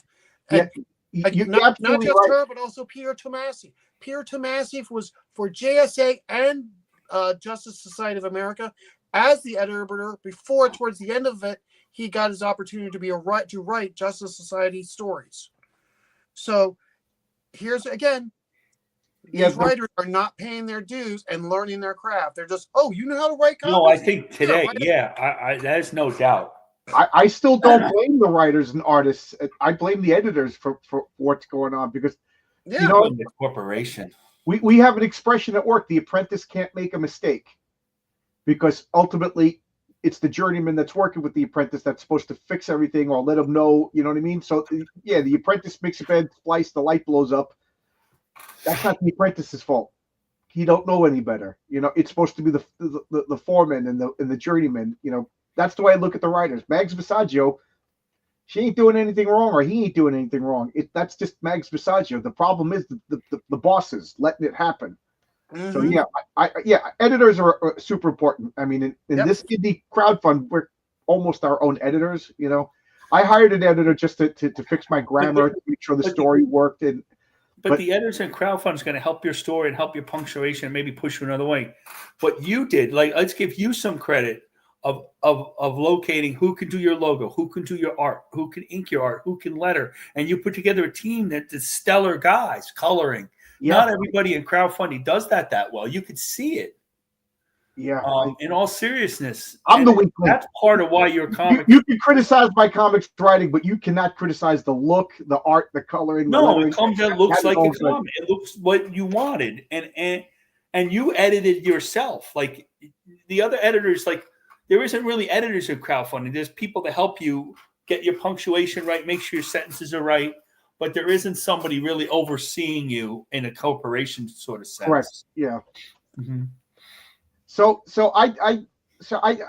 we all agree that we need writers and artists to make a good comic book. I mean, I don't think, James, do you disagree with that? You're the only one I can't see if you're nodding your head. No, I agree with that. Right? Yeah. The shadow. I was being a little silly, but me personally, I want a good story. I don't care how good the art is. If the story's not there, you might have tricked me into buying issue 1 or 2, but I there's other stuff for me.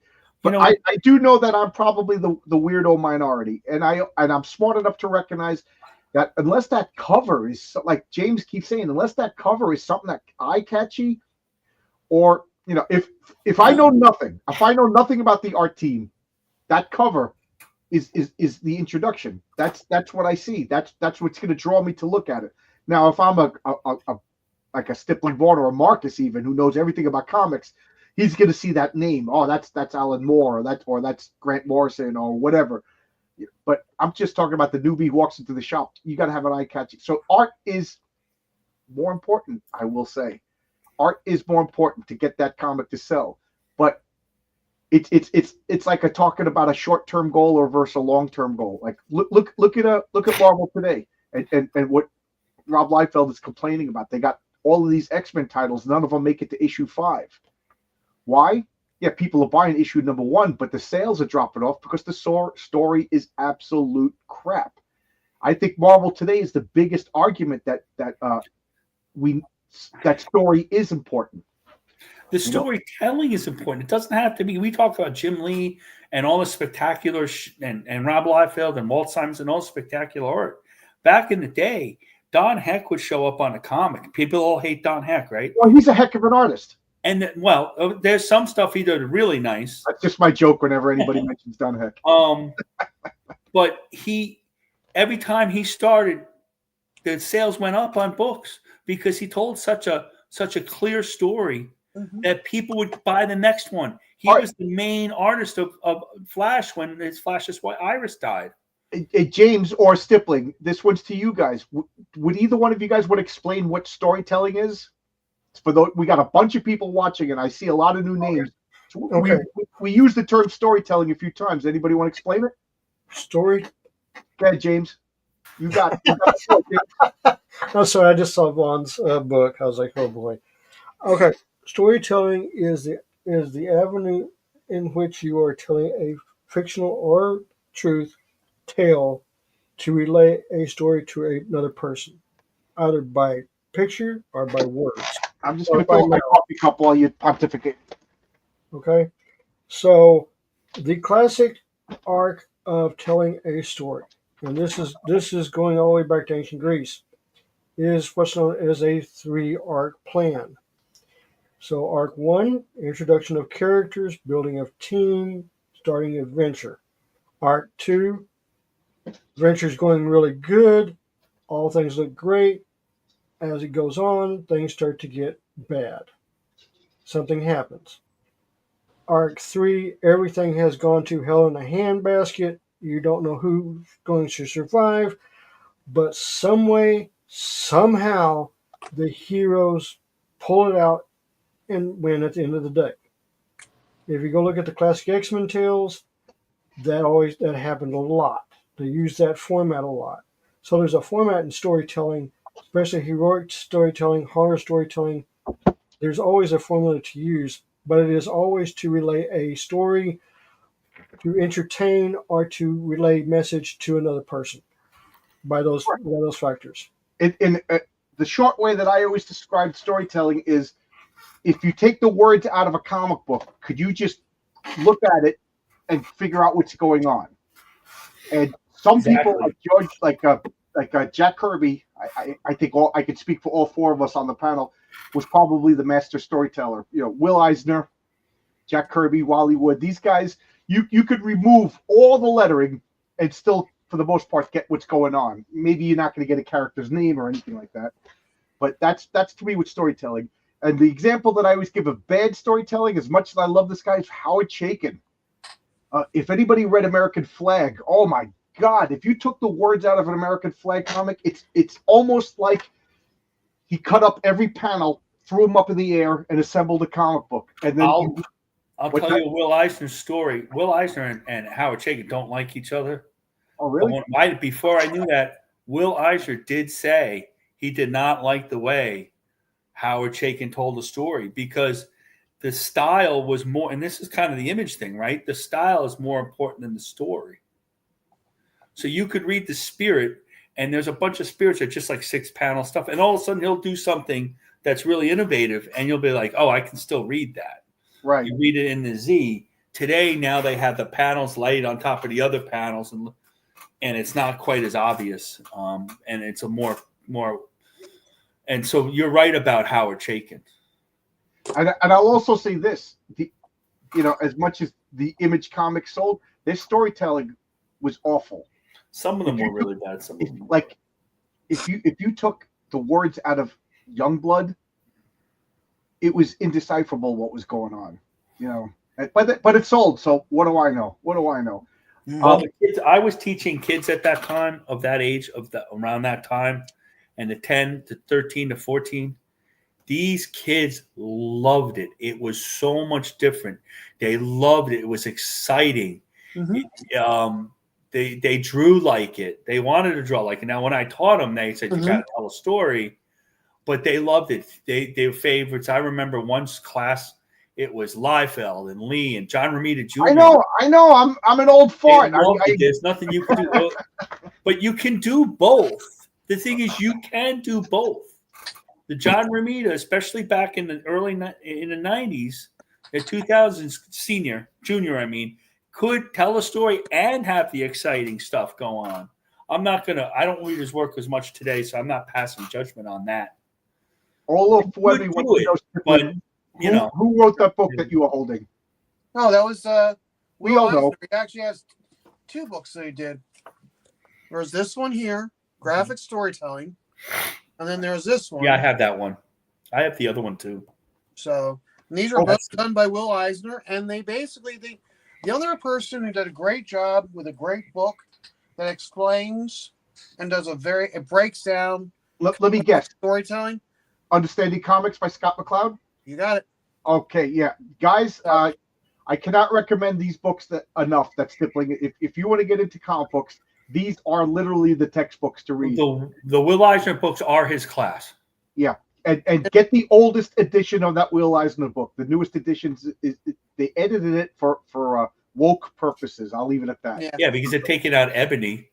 Another book that I would actually advise everybody to get, whether you're an artist or a writer, it's a book by Bob McLeod, The Hows and Whys of Comics. Oh, I didn't get that one. Okay. It's called The Hows and Whys of Drawing Comics. But I'll tell you right now, a lot of this stuff, you go through this as a writer, and it helps you understand how you want to lay out your page with words, so that way you can help direct how the artist will create it. Perfect example is the back page. He does it so you take a look at how he does it, and he actually breaks down where the first panel goes, what are all the X's for? And the guy goes, I want answers. And basically he uses the word bubbles to explain why the stuff is in the panel the way it is. So I cannot stress this book enough. Bob McLeod. Bob McLeod. So I'm sure he's got, if you go to a comic book show, he's always got them available. And he also, I'm sure he has it available on a website. So he's always at Heroes Con. Yeah. We got a comment over here from Feldbug. Marvel and DC destroyed American comics when they stopped using sales as a metric.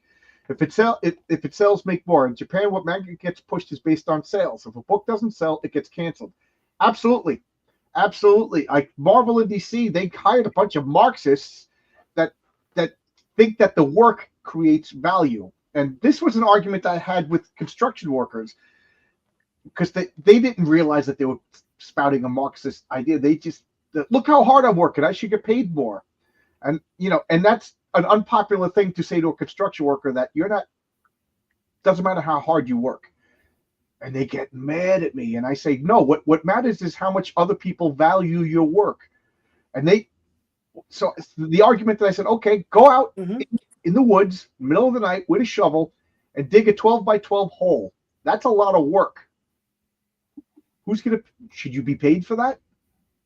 And then one of the guys goes, well, I said, yeah, you worked hard. I said, the fact that you worked hard didn't mean that you should get paid a lot of money.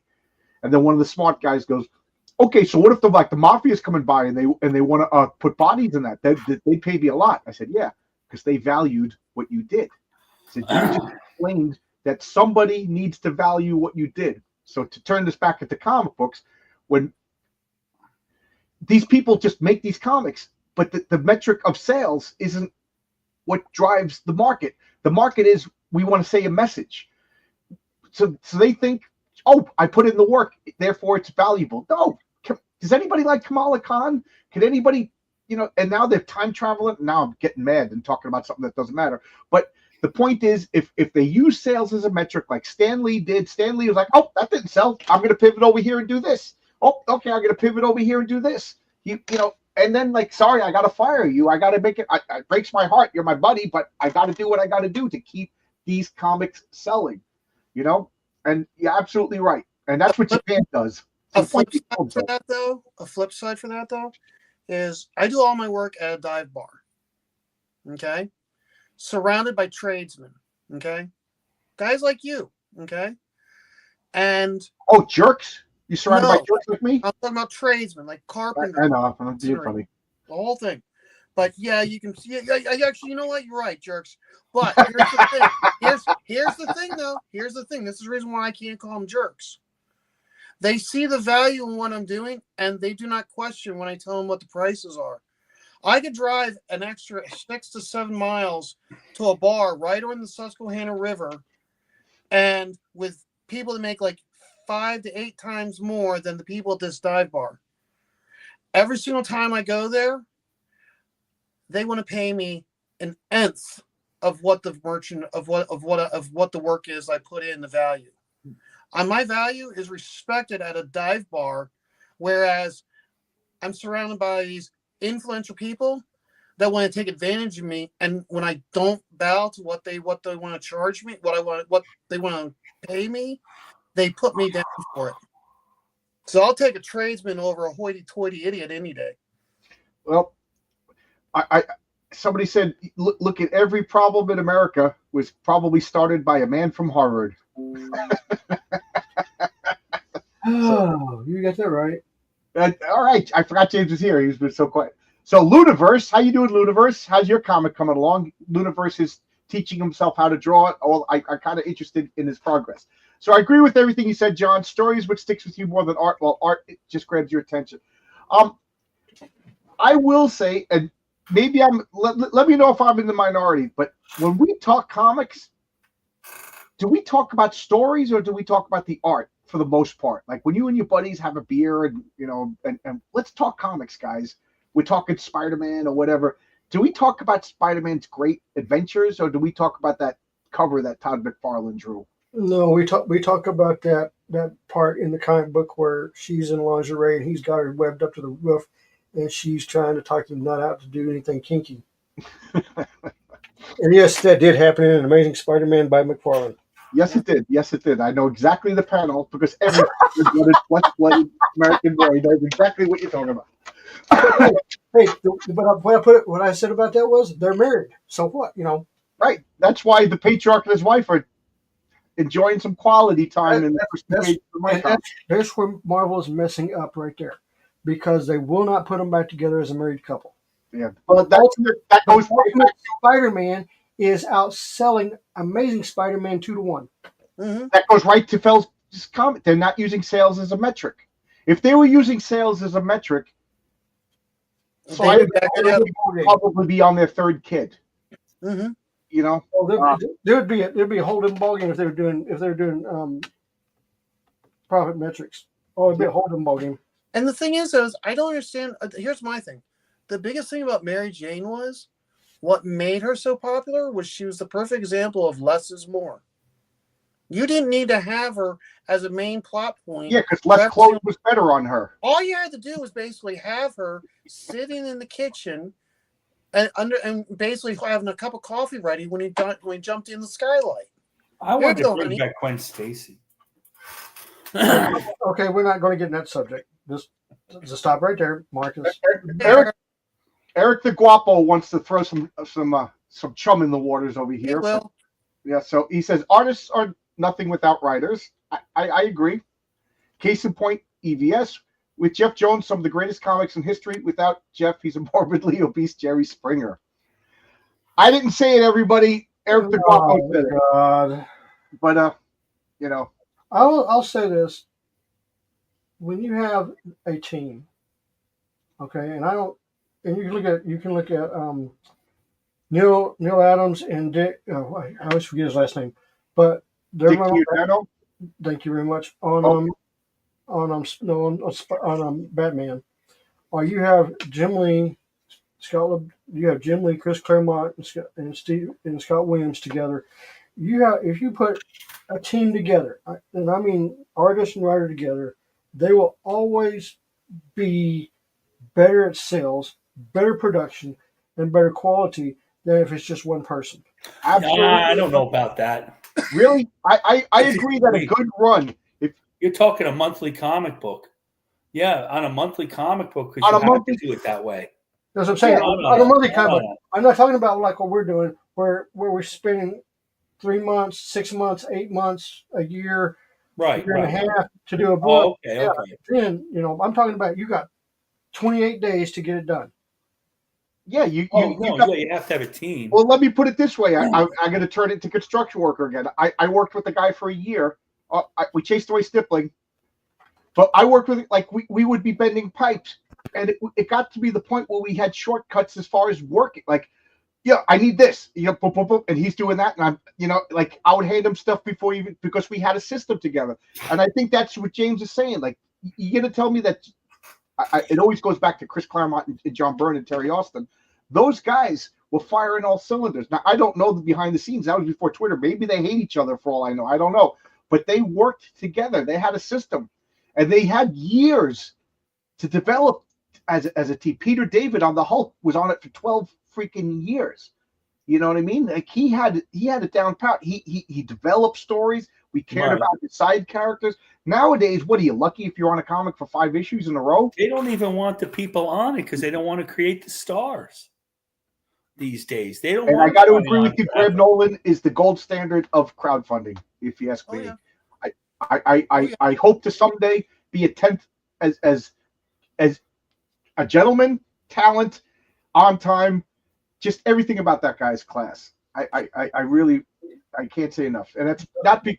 And one of the main reasons is because I shook his hand and he crushed my hand and he could probably beat the crap out of me. That factors in a little bit. Come on, Alan Presti's up there. I respectfully disagree. Kenneth Rockford is the all man. What do you disagree with? I said so much stuff. I don't know exactly what you were talking about. Oh, okay. He's qualifying. A team versus one person. Okay. No, I said it earlier. One person to me is the ideal. Like Will Eisner doing like a that's his version of a life force. That is awesome. Frank Miller doing why can't I think of the Daredevil story, Born Again? That was awesome. I would like one person. There's something pure about that. But two people, I feel like the smaller the team, the better they are. You're not going to get a good comic by committee. Let's put it that way. Okay, right there. Committee, you're absolutely right. But I mean, I always look at one of those where it's like, when you have these guys where they had to crank this stuff out and they were borderline more machines than talent, I will say we're getting a Bogan raid. The longer that team was together, the faster they could get stuff out and the quality would improve. Because you could get to the point where the artist knew he only could do this much because the inker already knew to fill in this spot the way right they would do it.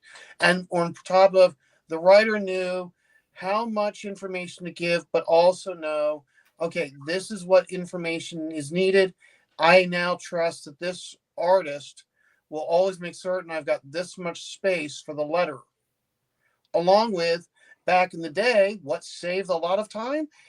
The writer wrote it, and then the letterer lettered it, and then the artist knew how much space they had left. Oh, really? Okay. And that's the reason why a lot of times afterwards, artists hated it, because it was one of those where it's like they draw like a ceiling fan, and knowing that most likely it'll be covered up with dialogue balloons. At the very least, the letterer got eventually the letterer got the pencil, so the pencil and lettered on the pencils. Yeah. And the inker did not have to ink every corner of every detail. And Oh. it did speed up the thing. They speed it up. They did EC comics were done with the lettering first. A lot of comics were done that way.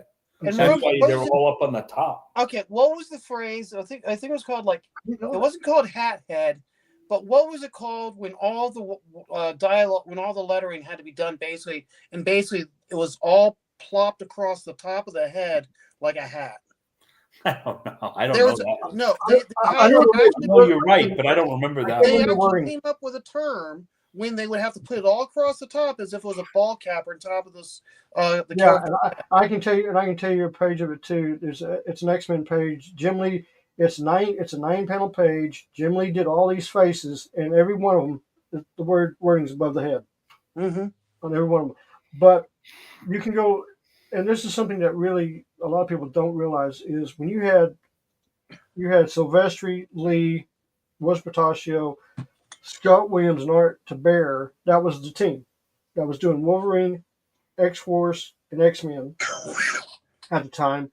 There was another set of guys that were sitting back known as the bullpen, and the bullpen came in to clean up everything at night. Yeah. And if you go look at cover 275, the big X-Men, Uncanny X-Men 275, everything below the knees was redrawn and fixed over Lee's artwork. Because I've seen the original, I've got a picture of the original artwork. You can see where all the whiteout is on the triple panel. I believe it. But So I want to take this opportunity to say we had a Bogan raid. Thanks, Mike Bancroft and everybody. All of a sudden, like the numbers jumped. This is an invite if anybody wants to pop in and talk about us. I see there's new people. We're talking about the importance of writers versus the importance of artists. We've pretty much come to the conclusion that obviously we need both. And I surprisingly to Cooper, Telepathic Bunny, I do agree that all four of us think it's the art does more of the heavy lifting in a comic book than the writing. yes, it does. But I think we all agree too that we don't want to read a dull comic, Yeah. But it's easier to suffer a bad comic with good art than it is to suffer a well-written comic with terrible art. Anybody agree with that? Any thoughts on that? What would you rather have? I'll start with James and we'll go the other counterclockwise. James, what would you rather have? Bad writing and good art, or good art and bad writing? Did I say that right? Good art and bad writing. Good art and bad writing. What about you, Stipling? Absolutely. A great artist can do amazing things. In fact, and a great artist, or even a good artist, can really flex and save a book with bad writing, but not vice versa. And Marcus, what do you say? Yeah, you could read good art and bad writing. Because I will sometimes say, you don't notice writing if the art's good enough. right. I will agree. Good art with bad writing is more preferable than good writing and bad. And you know how the proof is? My proof is read any of those Atlas Seaboard comics. No, I got two books that just recently came out. I'm going to throw both of them out: Space Ghost and Silverhawks. If you go look at those two books, Silverhawks has a great cover, but the interiors totally suck. Thank really? you. Whoa, Hold on, yes! I'm not done. Yes! But you go get Space Ghost, and you go in and look at that. The artwork is not super quality, but it's good, and you want to read more Space Ghost. Exactly. I got issue 1 of Silverhawks because I like the covers. I opened it up. I was like, holy crap, this is crap. That's it. I'm done. Really? But Space Ghost, I was like, I can read issue 2. Good. Yes. I want to see where this I goes. always loved Space Ghost. He's I've always loved absolutely Space right. Ghost. But I am being 100% certain that you cannot have that kind of crappy artwork. And I'm going to say this. You may not like Rob Liefeld's, but Rob Liefeld could have drawn that book a hell of a lot better. Mark's Music Obsession says this is interesting to me. Art, then the coloring, then the writing for him. Well, then you're gonna love my comic because the art is great, the coloring is good, the writing's okay. So pick up for all tales. So there you go. It's made for you. Art brings people to the yard, just like my milkshake, and the writing keeps them coming back. Also like my milkshake. Yes, I agree. I think we all agree. Yeah, And the point that I was trying to make, if you pick up those Atlas Seaboard comics, like Morlock 2000 with it's Steve Ditko drawing it and Bernie writes and inking it, and the artist, and the writing is terrible, it's still a great book because you're getting Steve Ditko and then Bernie writes and inking it, but it's terrible, but it's also awesome. What's the other one that actually one of them was actually really good, but most like this, the Destructor, it was Steve Ditko and why can't I think of the inker? But Wally Wood. It was Wally. Yeah, Steve Ditko and Wally Wood, and it was such a mediocre comic. So I do think art does more of the heavy lifting. I'm gonna use that phrase. Art does more of the heavy lifting in a comic book than the writing. Nobody's been this excited about Silverhawks since 1986. Were they that excited even in 1986? Not really. I think. See, the thing is, Silverhawks is basically a takeoff of Thundercats. Right. Just like Tiger Sharks and all that other stuff. They had Thundercats. Thundercats was an enigma. It was fantastic. Every kid. I wasn't even a teenager when what was 85 it came out. I was like 14 when it came out. I watched it every day I got home from school. Mm-hmm. That was one of them. I can name the 4 that I saw when I got home from school. I saw Thundercats. I saw G.I. Joe. I saw Voltron, and I saw Centurions. Yep. I'm sorry. I thought you were done, James. Go ahead. Zach-Tan has a great point. If writing is what you want, then read a book. Exactly. He just stole my girlfriend. I was going to say that. But you better be careful if they can really steal your girlfriend. Hey, and I do write books too, so yeah. Logic's Finest always has a interesting, controversial point. Let's just hope this doesn't get a puppet made out of me. I think it's a personal preference. Great art with bad writing hurts my head. Case in point, Cyberfrog. EVS writing is poop. If you prefer art, you'll accept bad writing with but art. I could look at that book. Bad writing, forget it. I don't have to read the words. I can look at the pictures. You could say lots of things about Ethan Van Sciver, but he is a phenomenal artist. I do like. You know what my biggest problem with Cyberfrog is, and I feel bad saying this, was the coloring was too much. Every I could see that. It became like a stained glass window, and it like I didn't know what to look at sometimes, But that also comes down on the editor, who is EVS. But Cyberfrog. As much as likes that type of, I have problems with the gentleman, I don't disagree with the comic. I'm not going to lie and say the comic is crap. There was a group of guys that colored in the '90s, known as Ink, INK, and they were the ones that brought in the computer coloring. They were phenomenal. They did Arachnus. They did a lot of books for Image. They did a lot of books for Around the Corner, and their color guides were probably my favorite color guides of all comic books. Who was your favorite colorist? For me, the guys are from Ink. Okay, so do you have a favorite colorist? Not right. Do you have a favorite colorist? Not right now. No. No, just in general, in all of comics. But I have to say, Don Edwards, who did my book. Yeah, okay. His coloring. I would say in general, I would say Bob Sharon.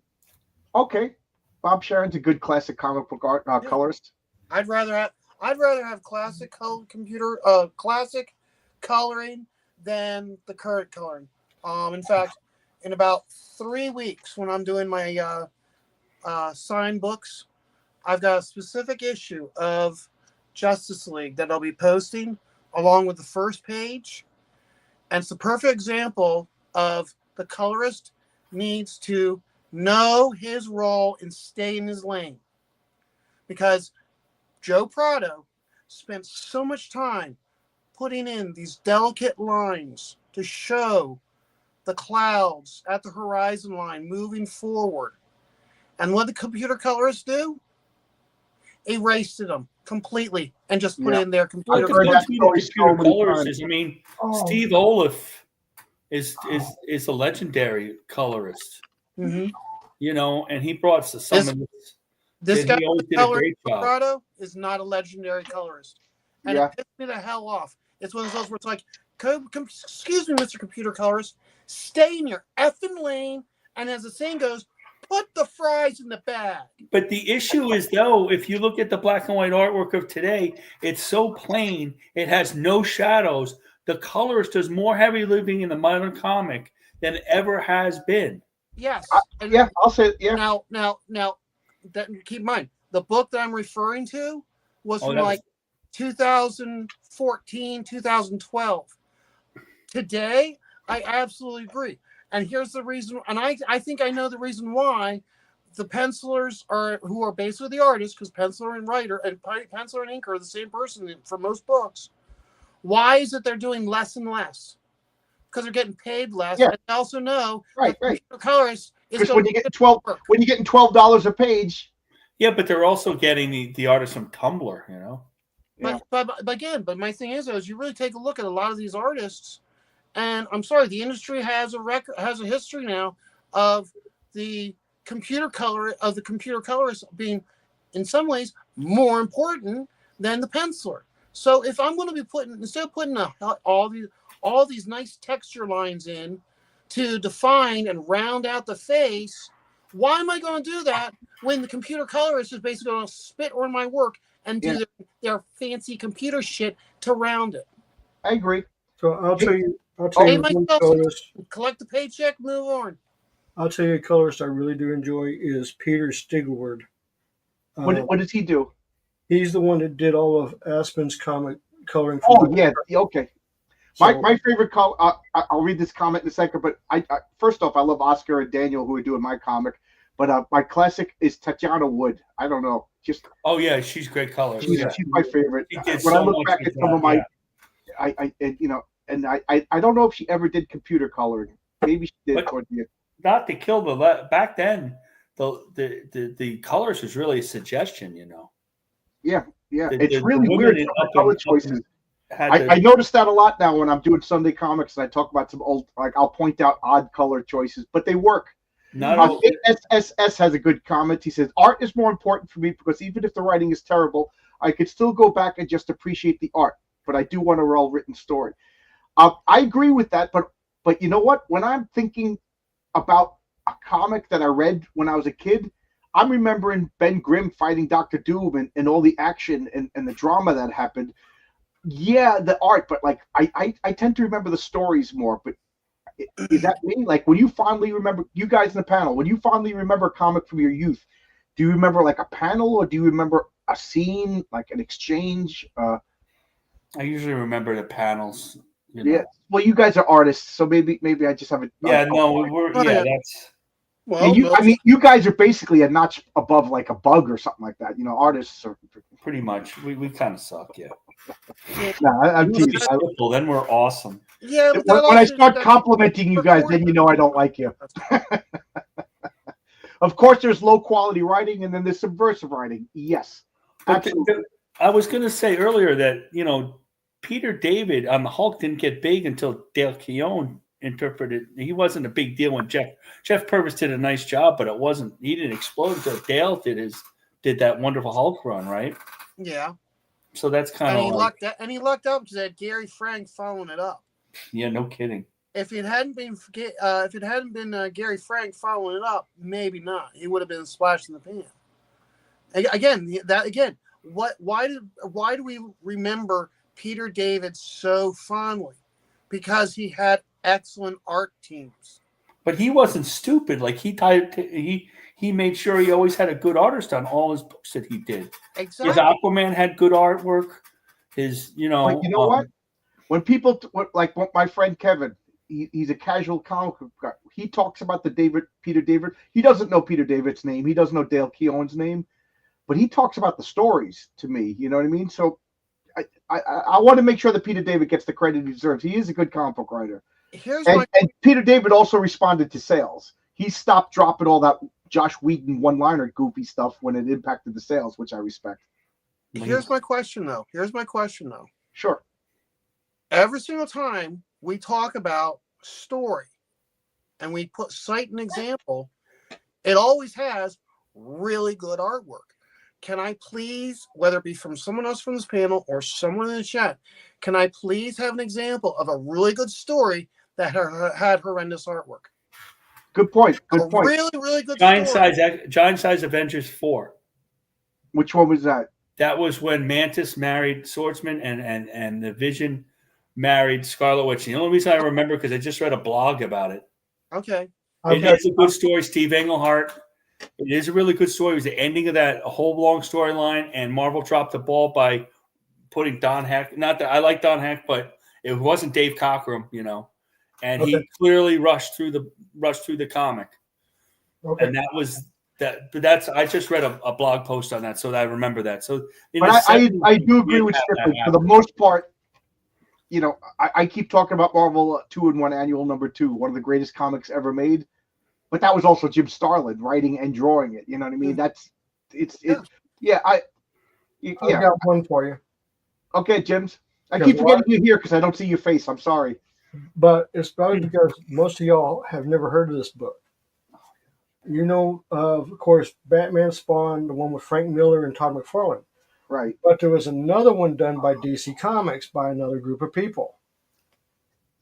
That artwork sucks. But the story was better than the one Frank Miller wrote.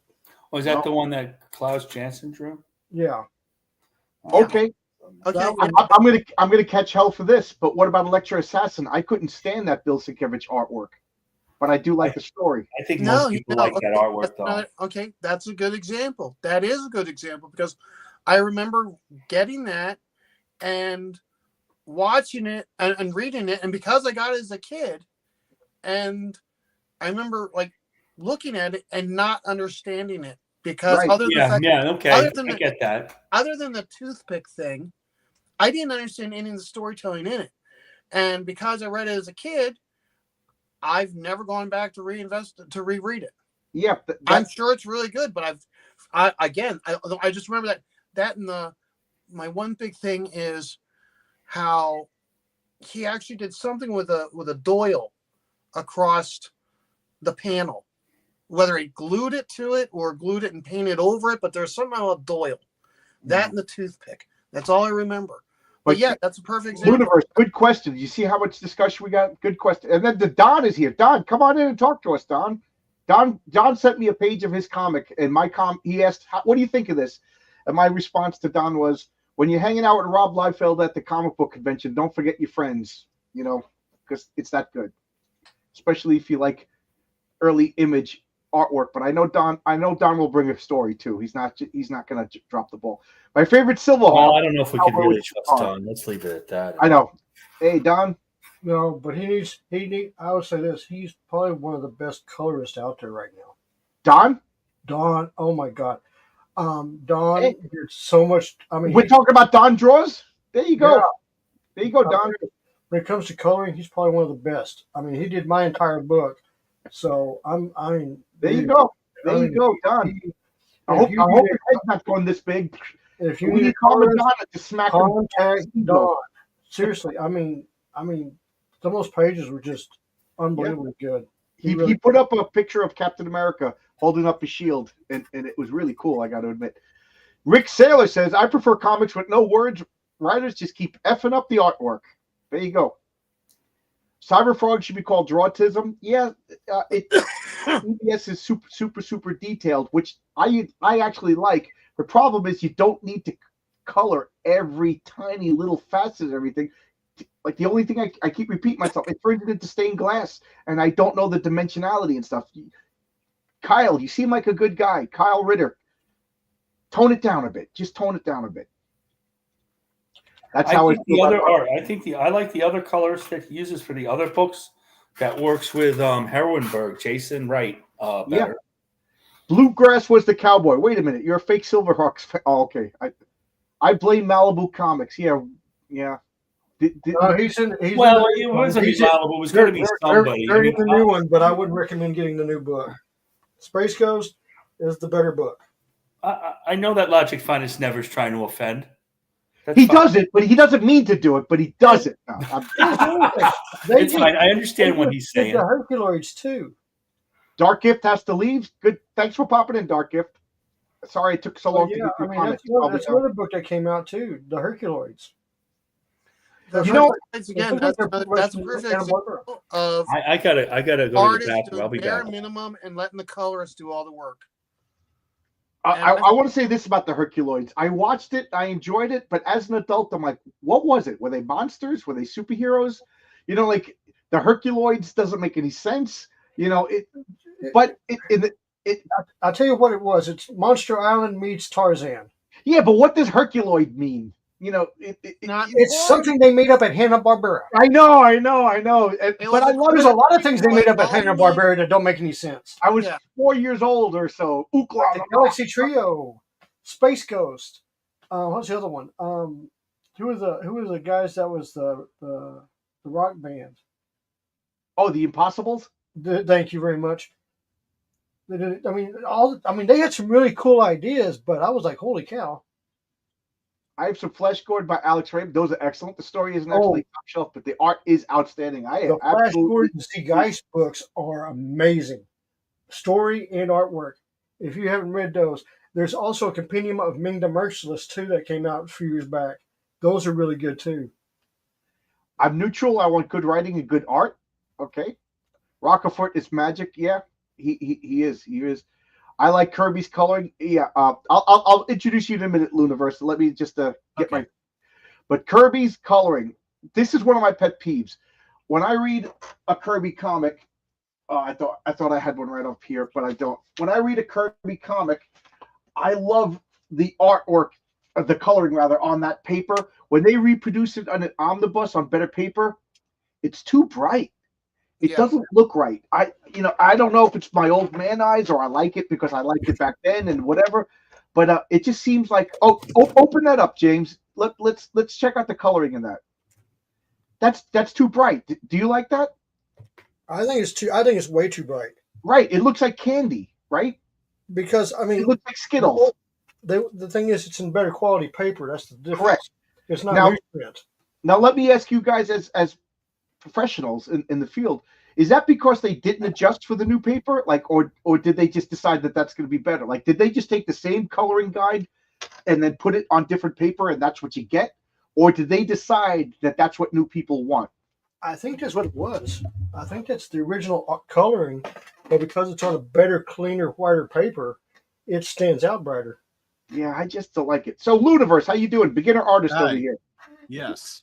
What do you think? Let's hear. What do you think? Art? I think, as experienced as I did as much of nowadays, like I'm just looking at nowadays, like on what I'd rather watch. Like, have you seen those YouTube videos where where it's like an animation and it's just someone talking about their life, but they're always like stick figures or something like that?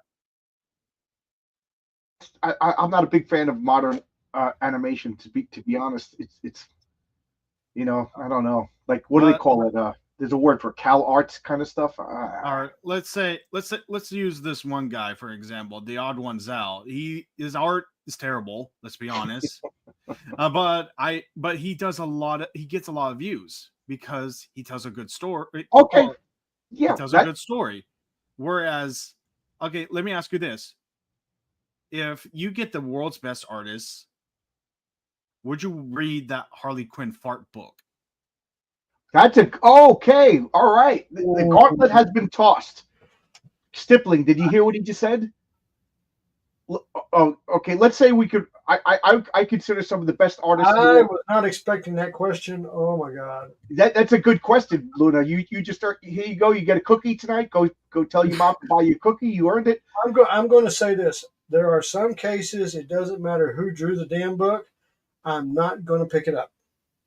Okay. So Stippling, I don't know if you heard the question, but Luna's proposed an excellent question. I'm actually like, it was good.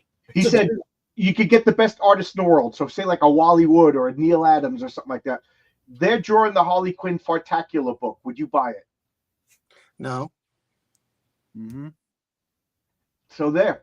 But the thing is again, the book is so bad. I would look at it as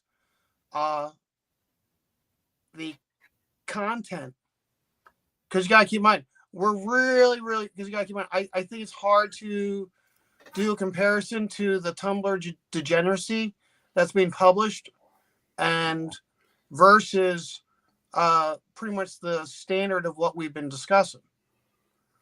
I mean, I appreciate good art better than good writing, but bad writing. Can I curse here?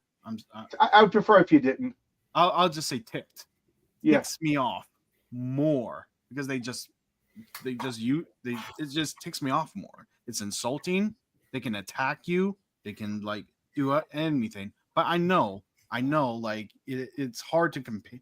It's apples to oranges when you're comparing Marvel and DC. But you made it. I'm really glad that you said that though, because that kind of proved that you, as as great as the art, there is a limit. But I also will say, like, there's a difference, like some bad story, but like written in earnest to try to tell a good superhero story, but it's still a bad story. Whereas that Fartacular, they're not trying to tell a superhero story. I don't know what they're trying to do. That's like, I don't know, like that's like almost the Tijuana Bible. I don't care how well the Tijuana Bible is written. I don't want it. Cecil Cash Grab is more respectable than this fart joke of this fart book of horror. Which comic? I didn't hear what you said. Cecil's Cash Grab is actually pretty clever. Than the Harley fart book. Well, I didn't read the Harley fart book, and I never will. But I read Cash Grab, and it's actually pretty funny. Cash Grab is actually pretty funny. I heard that. It's not my thing. I didn't order it. I went to a bar and I bought him a round of drinks, and he gave me a copy of Cash Grab. So that was fun, and I read it. It was good. I was surprised too. I bought it directly from him. It still sits in my spinner rack, and not many crowdfunding books sit in that spinner rack now. You got to make room for heroic tales. That's why. The art isn't good. I don't care how good the writing is. Yeah. That's my point. Great writing and great art makes a good comic. Yes. Yeah. And like I said, I think the art does most of the heavy lifting. I'm not saying one's more important than the other because, again, Snake Eyes 20 or G.I. Joe 21, it has no words in it, but there is writing in that comic. And that's a perfect example of storytelling. That is pure storytelling, that issue. Howard Chaykin's art in the movie adaptation of the original Star Wars movie was awful. Yeah, I just did a series on that. It was also rushed, and they were also working from like stills before the movie was made. It's not a dig at Chaykin's art as a whole, but his work in the forest, yeah. And Chaykin is really embarrassed by that too, and I don't blame Chaykin that much. I do like Chaykin's art. When I criticize his storytelling, I like his writing, I like his art. It's his storytelling that is the hard part. And I don't want you to think I'm pooping on Howard Chaykin, although he does have problems, but that's probably more personal with it. Like I'm talking about Tijuana Bibles, and I'm going to bring up Black Kiss by Chaykin. It's basically the first hardcore porn book. That's in black and white, and I didn't even realize how hard it is to tell what's going on because there's no color in it. Everything's black and white, and it's even the storytelling in that is god awful. Yeah, I don't know. Al Williamson is to my mind, and you guys correct me, he's one of the best draftsmen in comics.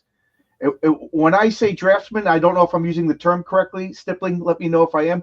When I say drafts, he draws like architecturally sound, like the horizon points, the vanishing points, the buildings, the horse is in correct proportions. Like he does the stuff that like is just 101 as far as I'm concerned. He is the master. Am I right? Wrong? Crazy? I am crazy. I've got two other people to throw in on that one. One is Brad Foster. I'm not familiar with Brad Foster. He did all the backgrounds for Shadowhawk. Okay. The original runs that Jim Ballard did, he did all the backgrounds of those. And the other guy, let me get the book because I have to pronounce his name. Because he hand drew all the backgrounds for Akira. Okay. And that guy is on a whole nother level. Yeah, I was watching Vaughn Coleman and myself were watching Akira in a bar one night, and we both were just like, this is 30, 40 years old, and it's untouchable by today's standards. So good. Yeah, because he hand drew all that, all the buildings and everything. Awesome. I didn't know his name. What's his name? His name is Tucker. It's TAK Abatake Satoshi. Okay. So this is his basically this is his You know, book where he's got a lot of his artwork in it and stuff. So, Here's so a- Stripling, are you agreeing with me that Al Williams is the gold standard of draftsmanship? oh, my bad. Al Williamson was the goat before there was a goat. Okay. He was the pre-goat. I Love mean, that Williamson. I'm flipping through this archives book I got from Flesk Publications. Okay, That's a good book. and it goes through everything, and it shows, okay, how we all admire his imaginativity. Okay, you can tell, okay, on the page that I was actually holding up for everybody to see, okay, shows that he studied from life and he used models whenever possible. So He here's sure did. of all the beautiful art. Okay, here's the page of all of the Polaroids. Okay, whenever possible, he used reference. Yeah. And so, and there's and the one thing that just irritated the hell out of me when I was going to school is I try to reference and I would be made fun of and borderline belittled by all these other guys in my class who wouldn't use reference material. And it's one of those where it's like, this is proof positive. I was on the right track and they are all idiots. Yeah. Now, would I be fair in saying that Al Williamson must have had some sort of like architectural training beforehand, or is because his buildings and everything is perfect? I don't know. I don't know where they have that, but I mean, you gotta keep in mind, he came from an era where they were taught everything. Right. Yes, absolutely. There's Al Williamson posing for his own. Mm-hmm. Yep. 50 Girls 50. That's good. I got that too. Really nice comic book. Yep. Beautiful book. They just released a Herculoids comic book. Is it good? I don't know. Did you guys know, is the Herculoids any good? I have it. It's pretty good. Okay. So the other thing I've noticed about architecture and perspective that John Romita Sr. could draw buildings. I mean, you should see, and Ross Andrew used a lot of unique perspective and building shots, and really both of them really made New York City look like New York City. Like a lot of these, all of a sudden you see this shot and there's Spider-Man, and there's all these buildings, this massive perspective all the way down to the street. But just that stuff is just those older guys that did all that, including Kurt Swan and Al Williamson and Murphy Anderson and all these old guys, all could do the perspective, could all draw cars, they could all draw people, regular people, they could all draw buildings. And today we don't see that. It's an accomplishment to do that, and they have to use the computer to do it. Yep. Vampire Hunter, One Punch Man is a good example. The original art is horrible, but the story was so good that they take the artist to redo the whole thing. See, I'll take your word on it. I don't know. I want to watch the anime. People keep telling me it's good, but I don't know the original manga art. I have the original. If the late Alex Raymond, Al Williamson, or Wally Wood drew the Harley Quinn fart book, yeah, I'd buy it just for the art. Yeah, that would be, yeah. Well, then that's, yeah. Well, yeah. The subject matter of the book matters to me. Yes, yes. Da Vinci himself could have done that art, and I wouldn't want to read. So I'm going to get crude for a second. Al Williamson, Wally Wood, Steve Ditko, Jack Kirby, they're making a book about unsavory acts, sexual depravity and stuff like that. I don't know if I want to buy it. At this point in my life, I have to look at it first. I mean, I'm not talking about nudie books. That's one thing. I'll pick up a nudie book. I'm talking like real vile stuff. You know what I mean? Well, so people buy Tim Vigil stuff. Well, I already brought that up. You buy the number because of the art you keep buying. Yes, that we all come to that conclusion a lot, and we totally agree. Vampire Hunter, even a comic book with no letters has storytelling. Yes, yeah. Like the perfect example is the G.I. Joe 21.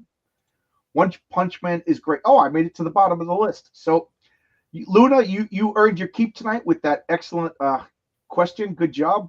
I also wanted to add that, look, this is how I see it. with bad art, I'm like, I'm not going to buy the book. And I just move on. Bad writing, if they butcher my favorite character, I want to do more than just move on. I just want to tear that book to shreds. I don't care how good the art is. You know what I'm saying? Yeah. Mhm. Paulus Art says Tim Vigil. Yeah, I remember he had a book called Faust, and Yeah, that was one of those books that was behind the shelf, up, so little kids couldn't get it, and I bought it, and I read it at the time. And to be honest, I have no recollection of the story. That's one of the few times I remember the art, because the art is controversial, it's shocking, and it's graphic. really graphic. Yeah. And Marcus will. I got to get back to cataloging my collection. I think I'm up to box 54 of making videos of every comic book box. But when I did that, I realized I'd missed a few issues of Faust. So like a crazy person, I had to get the missing. I don't want to read them. I kind of looked at them and I put them in. It's one of the few times I just put a comic book in my long box without reading it, because it disturbs me. I'm a 57-year-old man now. I'm not an edgy 19-year-old. You know, some things I don't want to read about anymore. What was that animal book stat shared with Stippling? So what was that animal book stat shared with us? Oh my goodness, which one?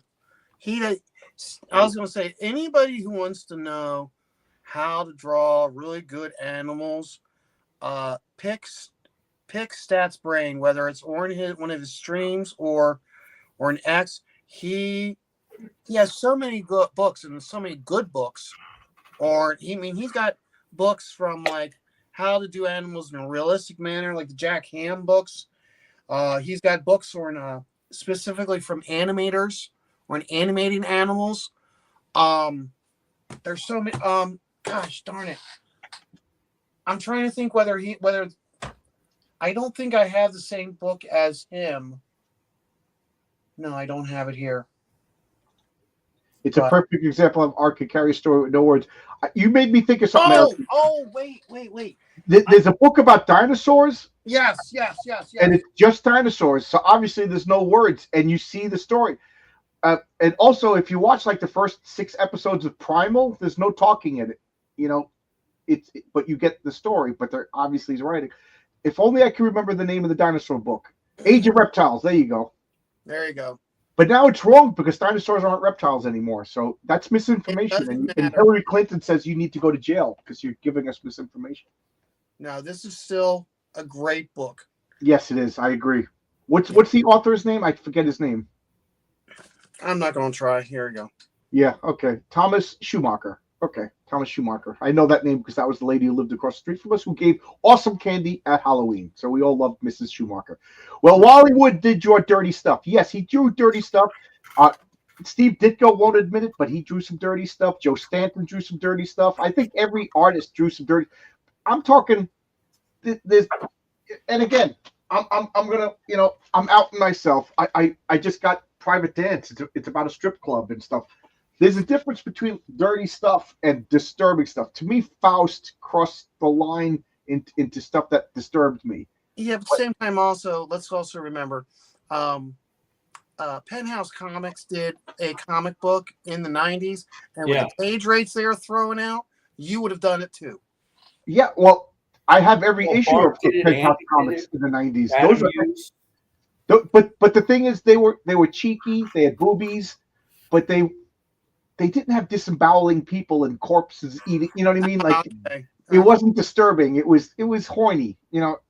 I got nothing against a horny comic, but there comes a point where I I don't want to watch that. It's a Serbian movie kind of stuff. I love comics from Jeffrey Allen Love called The Thousand Demon Tree. Just art, no text. It's just perfect storytelling. I never heard any of this. If you wouldn't mind DMing me on Twitter, these comics. There's a couple of things that I asked, and now I can't remember. Oh, one of them was the Bob McLeod book, Stippling. If you could just DM me later so I can remember to look. What, the Bob McLeod? Oh, yeah. Yeah, I'll... my comments loading? I'll snap an image and I will send it to you, DM it to you, but this is a close-up of it if you guys want to look it up. Cool. The Hows and Whys of drawing comics. I'm an edgy 43-year-old. Oh, to be at 43 years old again. Primal is a great show. Although my back doesn't hurt, my knees don't hurt. I'm feeling kind of young because I'm moving again. Whose work do y'all prefer, Kirby or Wood? And who's your all-time favorite comic artist? This is going to start a brawl. I'll say I like Kirby just because I'm more familiar with him. I grew up with Kirby. I love Kirby characters, and I didn't discover Wally Wood until later.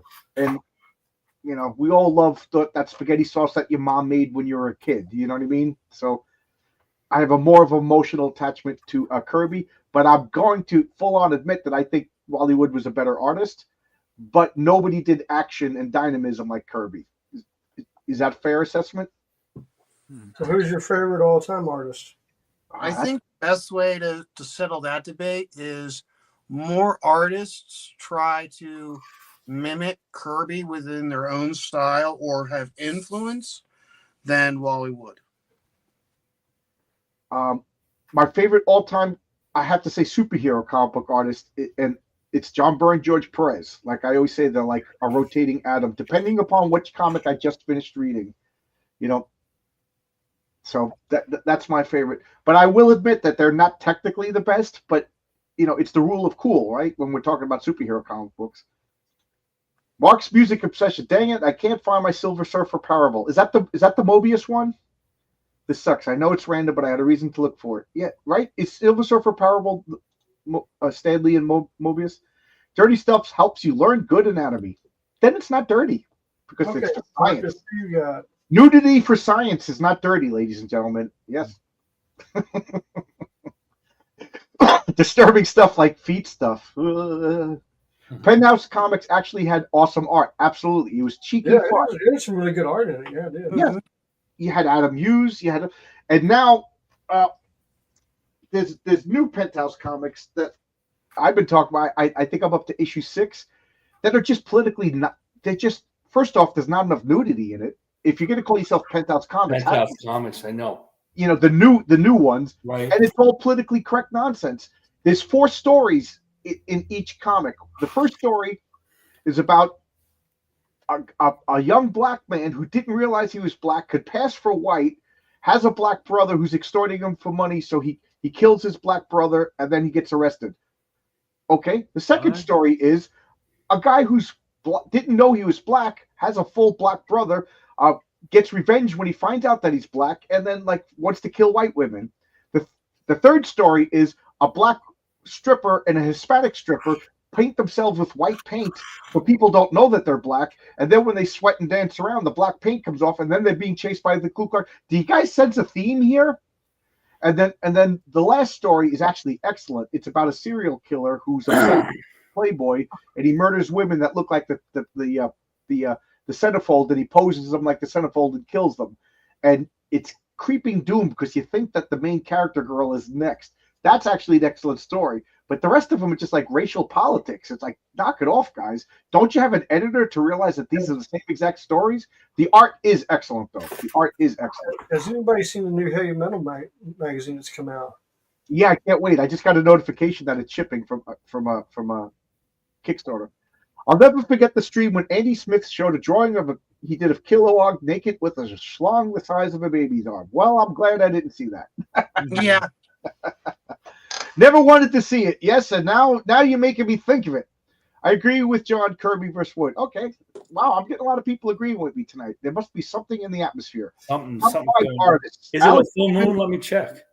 I know. It is, as my wife would say, Venus is in retrograde. Alex Rabin, Al Williamson, Wally Wood, Dave Stevens, Adams Hughes. Well, I'll not disagree. These guys are phenomenal. Every one of these guys are legends. I was going to say living legends, but not all of them are alive. Yeah, it is. I don't know what. I don't hate that list. Yeah. Okay. So the new Penthouse comic it's supposed to be, yes, it's total identity politics. It's supposed to be sexy, and it's not. Although that one story, the serial killer story, the women drawn in that are absolutely gorgeous. And then they have a photo layout with an actual real naked woman that you would. I want to hire a colorist to put color to make it look like she's dressed. That's how nasty these women are. I don't know where they get these women. I'm looking at a Penthouse magazine, wishing it was like Better Homes and Gardens so that these women would have clothes on. Wait a minute. Penthouse used to have really hot babes in them. Right. Are we saying they don't have them no more? No, this is Penthouse Comics. It's all disgusting tattooed girls with earrings and they're just gross. I'm sorry, guys. I'm sorry, women. Tattoos on women just make you look dirty. If you got tattoos on us, I don't care if men get tattooed. Do whatever you want. I don't care. But for a woman to be covered in tattoos, you just look dirty. I agree. Worse, you're never completely naked because there's nothing more beautiful than a naked woman. And if you got tattoos on, that can never happen. You're never naked. There you go. Clip that, student of God, and put that on a Comics Geek drama. If he was fully white and not just white passing, he wouldn't have been arrested. Just kidding. These stories are all yes. It's just Penthouse Comics. Now I'm curious. I'm curious, John. What do you classify as disturbing? Because it sounds like you said what did you going to say? No, the full-time books are pretty bad. Do what? What'd you say, James? Your mic just got cut off, John. Oh, is my mic off? Could everybody hear me? I hear John. I just don't hear. I heard James cut out. Yeah, James, I didn't hear. So, Luna, you asking me what do I define as disturbing? Yeah. I can't define that. It's just an emotional feeling. It's like saying, what do you find is delicious? What do you find is attractive? I guess. I just know that there's a fine line. Like nudity, I don't find disturbing. But like, other. I really don't want to get into the descriptions, but like let's say it's like I make a comic. It's like cinematic, but it's like a hard R action, like an 80s, 90s action movies where the good guy or the main character kills a bunch of terrorists in brutal ways. Would you find that disturbing? Okay, I'll interject. Okay, you got it, Stipling. Thank you. Okay, I would look at it as if you mixed your horror movies such as Nightmare on Elm Street, where they're showing somebody being completely disemboweled, which you got in horror movies, but you didn't get in the action movies. But if you combine them together, that's where you're kind of going too far. Because you take a look how there were, because even back then in the 80s, they had censors. Okay, so you compare someone getting shot by a machine gun in the 80s, and they're just like, ugh, and they fall down. Whereas you take a look at that one Rambo movie where he's over in Burma, and he hooks up with a 50 cal, and he's just, and they're literally showing people completely being blown to pieces by a 50 cal. Never saw that. The Vietnamese Rambo one, like he's in Vietnam, not the original one, but like it's like in 2009. I guess it would be about the 2009 one. Yeah, that's when he was over in Burma, and like I said, you take a look at any action movie where somebody's shooting a 50 cal, like Arnold or here's a perfect example. Take T2, where he's got the damn minigun, and he's with the gun, and he's just blowing all this stuff up. I mean, how they're blowing the stuff up, even though he was told not to kill anybody. Okay. Right. He was told he couldn't shoot anybody, so that's why he blew up all the vehicles and stuff. Yes, but you take a look if you take a look at how a minigun destroyed something in that movie versus a 50 cal was destroying stuff in 2009, completely different. The minigun was fictional. The 50 cal was pretty darn accurate. I'm just laughing because my wife made a mess. I heard that comment about Mercury in retrograde. She's upstairs listening, so I'm in trouble, ladies and gentlemen. So it's nice knowing you all. Marcus will be in charge of its clobbering time for now because I'm going to go upstairs and get clobbered. Nah, my wife is cool. She's laughing at me. So, Luna, what is disturbing? To get back to that, like, sexual violence bothers me. Cannibalism, anything like. And at the same time, Heroic Tales 1 had an image in it that disturbed me. I wrote that image. I thought of the story, and Ron Mosicki drew exactly what I asked him to. But seeing it and imagining it, I was like, this is too much. So, it's defined by each individual person.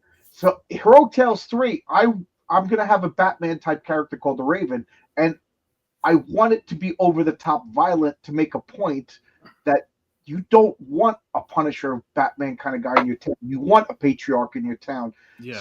So you guys tell me if it's disturbing, but you're not going to see the Raven, taking the unconscious body and picking him up and throwing him on a meat hook. And there comes a point where it's too much. And yes, that kind of like, even as a kid, let me put it this way: even as a kid, I didn't want to watch Faces of Death. I remember my friend Danny said, "We're going to watch this movie," and we put within like minutes. I'm like, I don't want to watch this. Back then we thought it was all real. We found out most of it's fake, but I don't want to see that kind of stuff. But Friday the 13th with Jason and Freddy Krueger and all that kind of stuff, that was fine for me. But I can't answer your question with a hard line. I just know I'm not that nuts about super violence. Right today, I don't want to watch. It just doesn't. I understand like Invincible and everybody loves it. I'm not nuts about having the superhero come in and rip somebody's arms off. Nah. Right, I don't want to watch The Boys because I read the comic, so I know what The Boys show would be like. And I don't want to watch that anymore. I did watch stuff like the first Deadpool movie, which was brutal with its action. Same thing with I was like Walking Dead. When you see someone getting ripped apart by zombies, you saw it. Right. And I guess I've been desensitized by that. But the violence in my story kind of has a point. It leads to their no kill rule. Let's just say that. Because what they think, let's just say they hate the bad guys so much, they do horrible things to them, but they get PTSD to them. They get PTSD over it. Let's just say that. And they realize what they've done, and that's when they start a no kill rule. Okay. Yeah, well, they're learning from it, so that again, I'm going to do a violent story next issue, trying to make a point out of it. You know what I mean? I don't think it's gratuitous. It's leading to somewhere.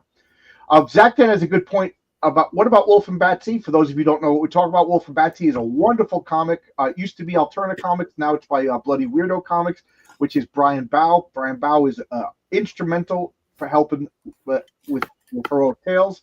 He did an ad in Heroic Tales 1. He's doing an ad in Heroic Tales 2. So just letting you know my biases. He's a great guy, good friend. I consider him a friend, even though we've never met in person. So it's a story of a vampire and a werewolf, and they kill innocent people. Then again, no monster stories. So his art style lends to a little bit of cartooniness. So like he can have like graphic blood and violence, and it's not that disturbing because it's not photorealistic. Like if Neil Adams was drawing Wolf and Batsy, I think it would be really disturbing. And there was one scene where an innocent woman gets beheaded, and it really bothered me to the point where I said that to Brian. I was like, I know she was a bad person. She was a gold digger, but I said, just this woman. So he just smiled and said, read the next issue. And the next 4 issues are the ramifications of that woman's death. So it led to, you know what I mean? But and then when he got me to like Wolf and Batsy, I think it was the 12th issue, they did something psychologically horrible, not even violently horrible, that really reminded me that they're monsters. And Brian smiled, and I said, this issue was really mean, and he goes, yeah. And he even said that in one of his posts. He goes, John's Longbox declared that this is the meanest issue of Wolf and Bat, but they're monsters. And that's what Brian keeps saying. He goes, you're not supposed to think, oh, these are great. These are creatures. They're monsters. I have those issues because I like him also too. And I write, that's my horror genre too, is monsters. Oh, I forgot. Yeah, you're a horror guy. Jeez, we got a horror guy right here. I forgot. I mean, I write. I mean, and I in my book, I do some crazy things. I know you haven't read the book yet because you'd have brought up one thing that happens in the book. Actually, two things in the book. Okay. Because I guarantee you're gonna see the 2 things that happen. You're gonna go like, I never thought you could do that to a person. Okay, do I look for? Is saying I'm looking forward to it the right thing to say? You're looking forward to it because remember this in horror writing, and this is something a lot of horror authors forget. when you're designing your horror book, I don't care who you are, you're going to have 2 sheets of paper. One sheet of paper is for everybody that's going to stay alive. The other sheet of paper is going to be everybody that dies. And you have to place the people that die at a specific moment in the book to move the story forward. Each death has to resonate for a purpose. You don't just kill somebody to kill somebody. It has to be for a reason. Oh, so George R. Martin is wrong. He just, I have a lot of problems with George R. R. Martin. I mean, I'm just making jokes, yeah. Yeah, him and I, believe me, if me and him got into it, yeah, boy.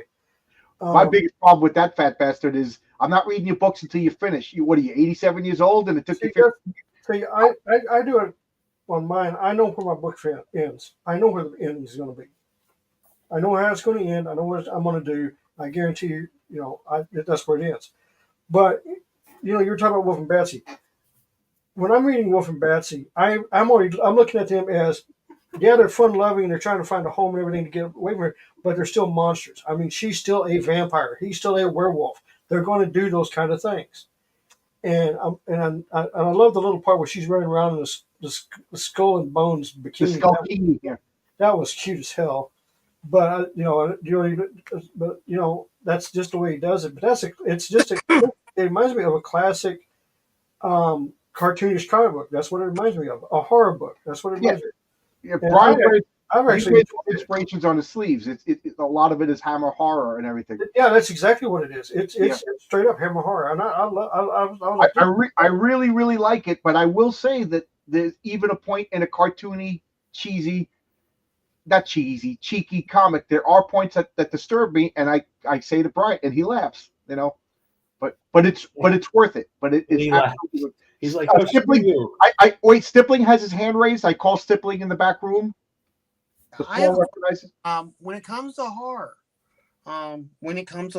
and specifically with comics, which is more effective? Showing the gore, showing the cannibalism, or implying that it's happening? Well, you just led right directly to KSSS's comment. They had cannibalism in a few EC comics, but they never actually showed it. It was mostly suggested. So yeah, there's a thing called showing it off screen. Right. I'm a big fan of H.P. Lovecraft, and H.P. Lovecraft very rarely showed the horror. He implied it, and it was creepy.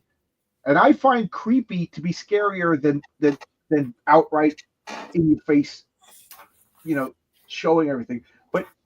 But let's be realistic. If we all watched King Kong and they never showed the gorilla, we'd be pissed. You know what I mean? Yeah, but I guess because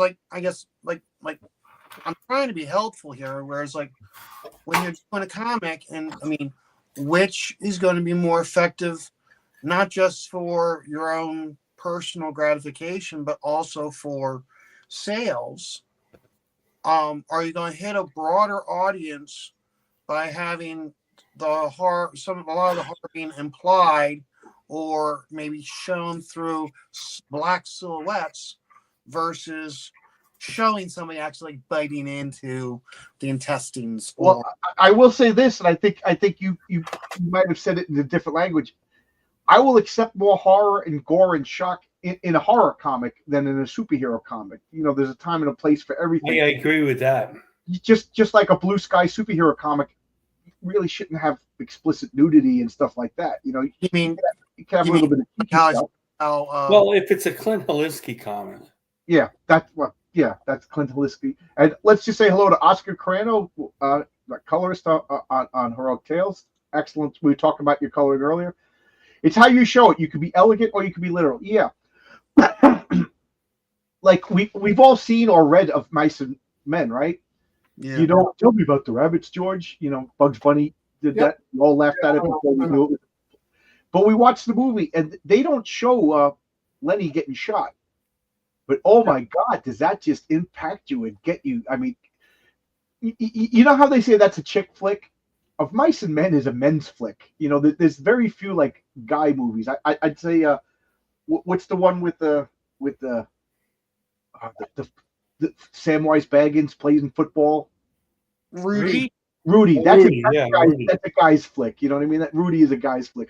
But of Mice and Men, can anybody watch that movie and they don't show Lenny getting shot. Like, I think it would diminish seeing Lenny get shot in the head and falling down, blood oozing all over. The fact that he gets shot off camera, and then you see George's reaction. Oh man, I'm getting teary eyed just thinking about it.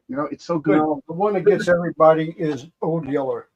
Oh yeah. If they had actually showed something like that on screen, Ooh. you would have had a whole generation of kids in therapy. Yep. When artists use rhetorical figures to enrich the way you show something's better than B, yeah, there's a time and a place for explicit violence and nudity and everything like that. Although I'm starting to get the opinion that 95% of all nudity in movies and comics is unnecessary. Sometimes I'm watching a movie and I turned on there's like a Dune TV series on Netflix. I'm like, okay, Dune, I'll give Dune, and I turn it on, and there's just a guy performing cunnilingus on a woman. What does this have to do with Dune? How did that enrich the story? Like, well, that's always fun, though. Yeah. Also, But it remember, doesn't fit Dune. It doesn't fit Star Wars. It doesn't fit Star Trek. You don't plus need. remember, always remember when Peter Parker's debating and he's feeling bad about himself and he's having that conversation with Mary Jane, the less clothes she has to create that splash panel to sell it will work better. Right. Like I said, cheekiness as far as like it's to me it's always tasteful cheekiness is better than explicit. So Oscar Luna wants to know if you're seeing his classes when we do the art classes on my channel. When are they? Every other Friday usually. So we'll probably do another one next Friday, 7:00 on Fridays. All right, I'll check it out. Yeah, and there's 3 of them. You can check them out. I think they're fun. J.R.R. Martin kills characters that depart from the premise. Yeah, it's almost. Do you remember that show Lost? When somebody's story was done, they would blow up or something like that. Yeah. Yeah. The thing I have with J.R.R. Martin is real simple. He doesn't care about his characters. He only pushes them as long as they're relevant to the story. And then he uses a death of a character as a shock value and not a pushing point of the story. I'll buy that. Okay. Not only, and to me as a horror author, I lay out everything that I'm going to do all the way to the very end. So I know exactly what's going to happen at the very end. He has no clue. He's actually said he has no clue how he's going to end it. I mean, he's also shit. It's realistic, I guess. I don't know. But no, I mean, when I read mine, I know exactly how I'm going to end my story. Even the one that I'm doing now, that I'm writing right now, I'm 15 chapters in. I've got probably 4 or 5 more chapters to go for this book. And I know where it's going to end in this book. As long as you kill the character named Marcus, I'm fine. I don't have a character in this book named Marcus. I'm just teasing. But I want to go back to when you talking about Rudy. What? He's just laughing. I'm teasing Marcus. Oh yeah. I think that's really funny. I told this to another panel, but I don't know if y'all heard. Me. I don't know if my dad showed up. My dad was a huge fan of Rudy. No. He didn't show up because he. That's too much. We lost you, Luna. You roboted out. Well, Oscar saying, "Are you the only writer versus 3 artists?" Yes, I am. I could, but we all agree anyway. James is a writer. I know he's an artist too, but he's a writer. That's true. We got a switch hitter over here. So just to iterate, that's even. Oh, come on, man. Oh, just to reiterate, anybody who joined in late and we kind of deviated for the purpose, but I like that. I like we're having a fun conversation. I think we all agreed that they're both important, but art does the heavy lifting. Like art will get you to buy the comic, and for the average person, a good story will keep you buying the comic. I think the absolute long term, if you want a comic you want this thing to go 20 issues. You have to have good writing. Right. You can although Ford went 100 series. issues with basically no writing. Like, which one was it? Spawn. I read up to 63, and I'm like, what's going on? But whatever. Damn it. That's what and we lost Luna. I didn't kick him. I don't want anybody to Oh, think. how could you kick Luna? He's so young. There you go. You fixed everything. He's back. I think something happened to the internet. Yeah, you started talking it and you roboted out. But this is 2 hours and 45 minutes. I think enough's enough. This was a lot of fun. Enough's enough. It's never enough. It's a lot of fun, is what it is. Yeah. It's a lot. But I've just been up since 4 a.m. and I'm getting sleepy. So any ideas for it's clobbering time for next week? Anybody have any? Yeah, I've got one for you. What is it? How about manga versus comics? How about Lady Death versus? We have to draw Lady Death tomorrow. Oh, first, James, what are you drawing? Show us what you're drawing. Manga versus comics. What do you guys think? I didn't get that far. That's about as far as I got. So there's not that much there. So I noticed he drew well detailed boobs, but nothing else. That's what he always draws.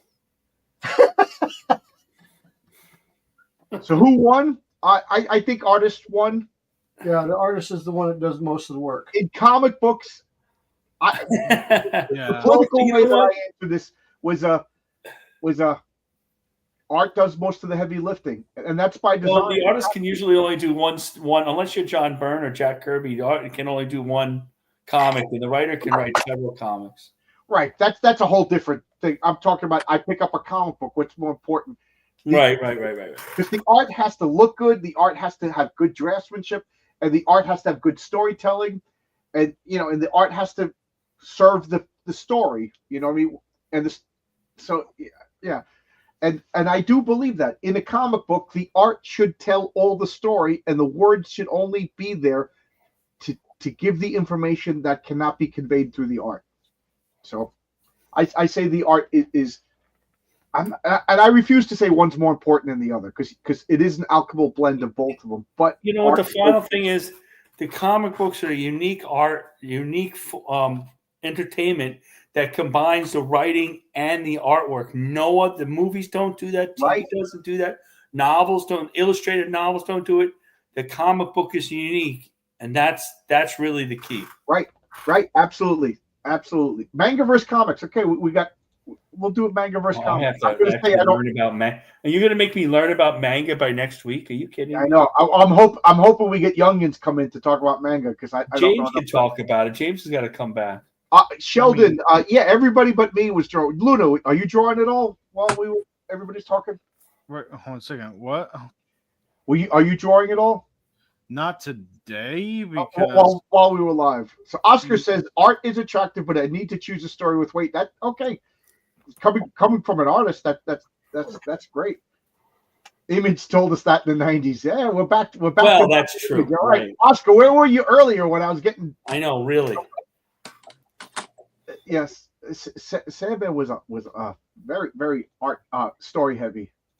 This whole combo is the best. I like Alan Moore, Travis Chess. Yep, that's what I brought up.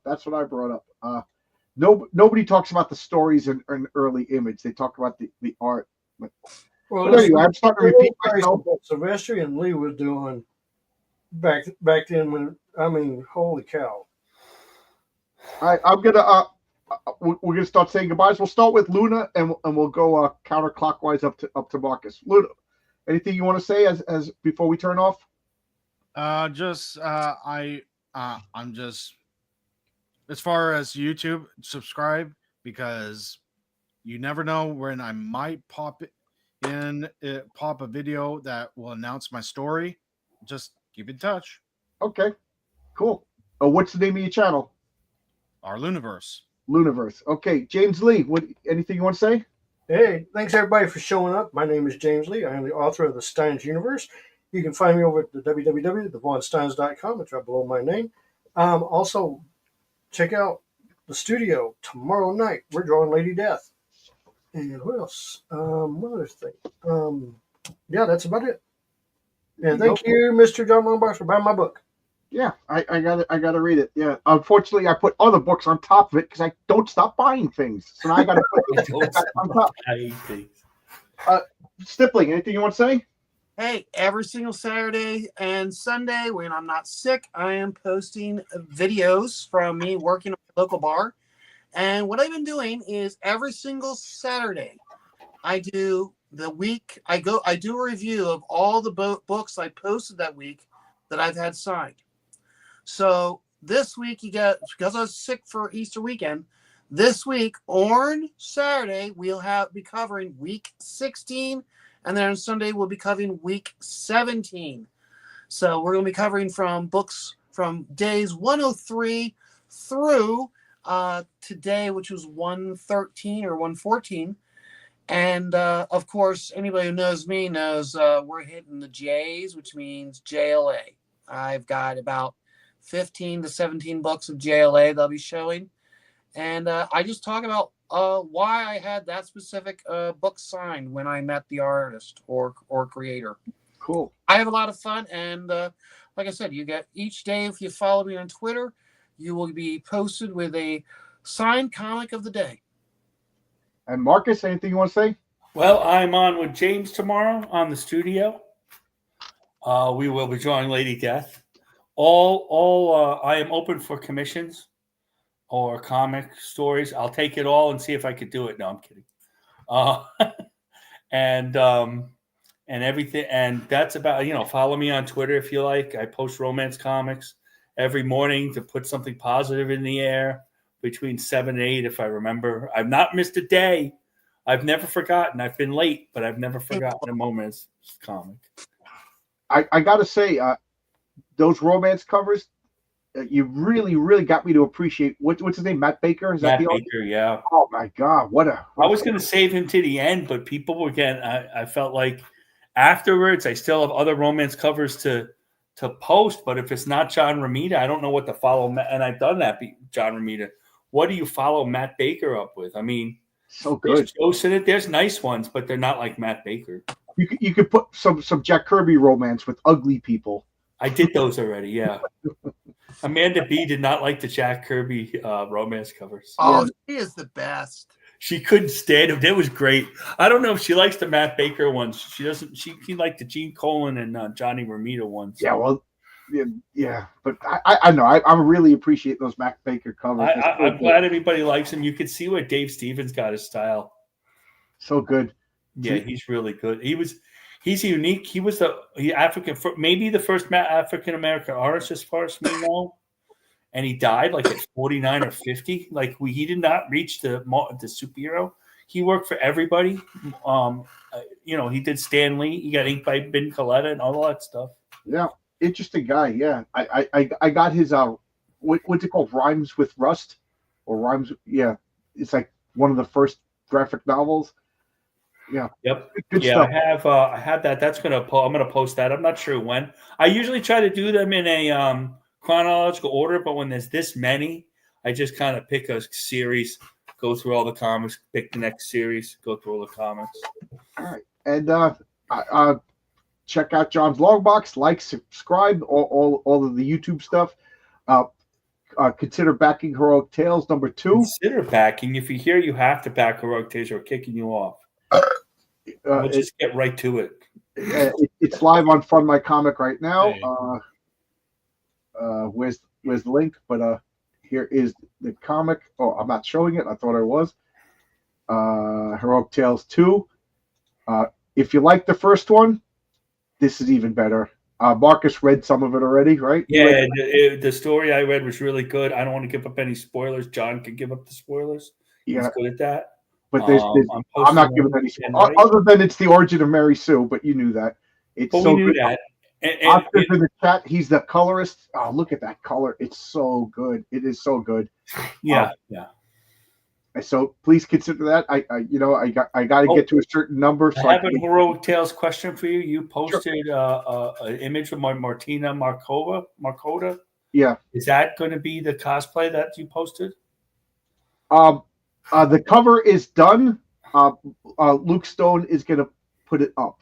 Luke Stone did some photoshopping. So, can I show it?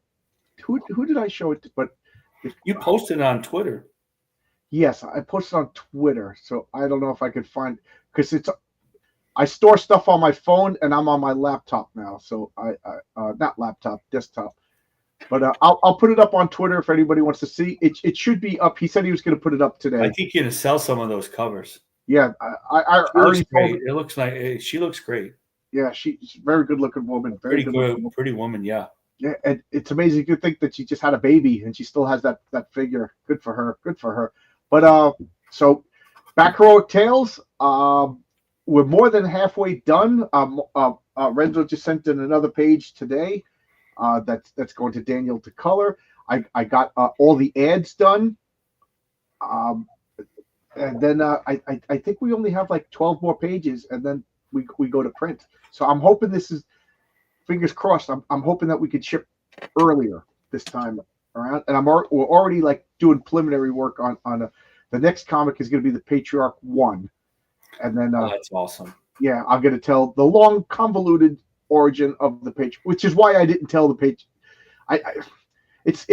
You'll understand when you read it why I couldn't put that as the first story. It was just too much you wouldn't get or appreciate. So there you go. Now I'm babbling. Now I'm absolutely babbling. Tomorrow I'm going to be on Thinking Critical with Aaron Sparrow and Wes from Thinking Critical. I got homework to do. He actually sent me a list of things that we're going to talk about. It's going to be kind of cool. And then Sunday I will continue the Project Pegasus on Sunday Comics at 10 a.m. And next week is another week. We'll talk about that then. All right. Thanks a lot, everybody. Thank you very much. Thanks for having me. And next week we'll do manga versus comics. But that just means you guys in the chat got to come in because none of us know manga. Well, we're Western chauvinists over here. Luna's got to show up. He knows manga, right? Well, I read some from the when I was at middle school. They were at the library for free, so I was like, I'll read this. I read Dragon Ball, Naruto. That's just it. Okay. But mostly I watch anime. By default, Yeah, you're the expert. watches a lot of anime. Yeah, I'll be here. Oh, you know manga? Oh, that's right. You showed us. Yeah, I got manga right there. Oh, okay. whoa. Tony Grigo says he'll come on too. Cool. Oh, excellent. So, yeah. All right, good. All right, so we'll see everybody next week. Thanks a lot. Okay. Good night, guys. Bye-bye.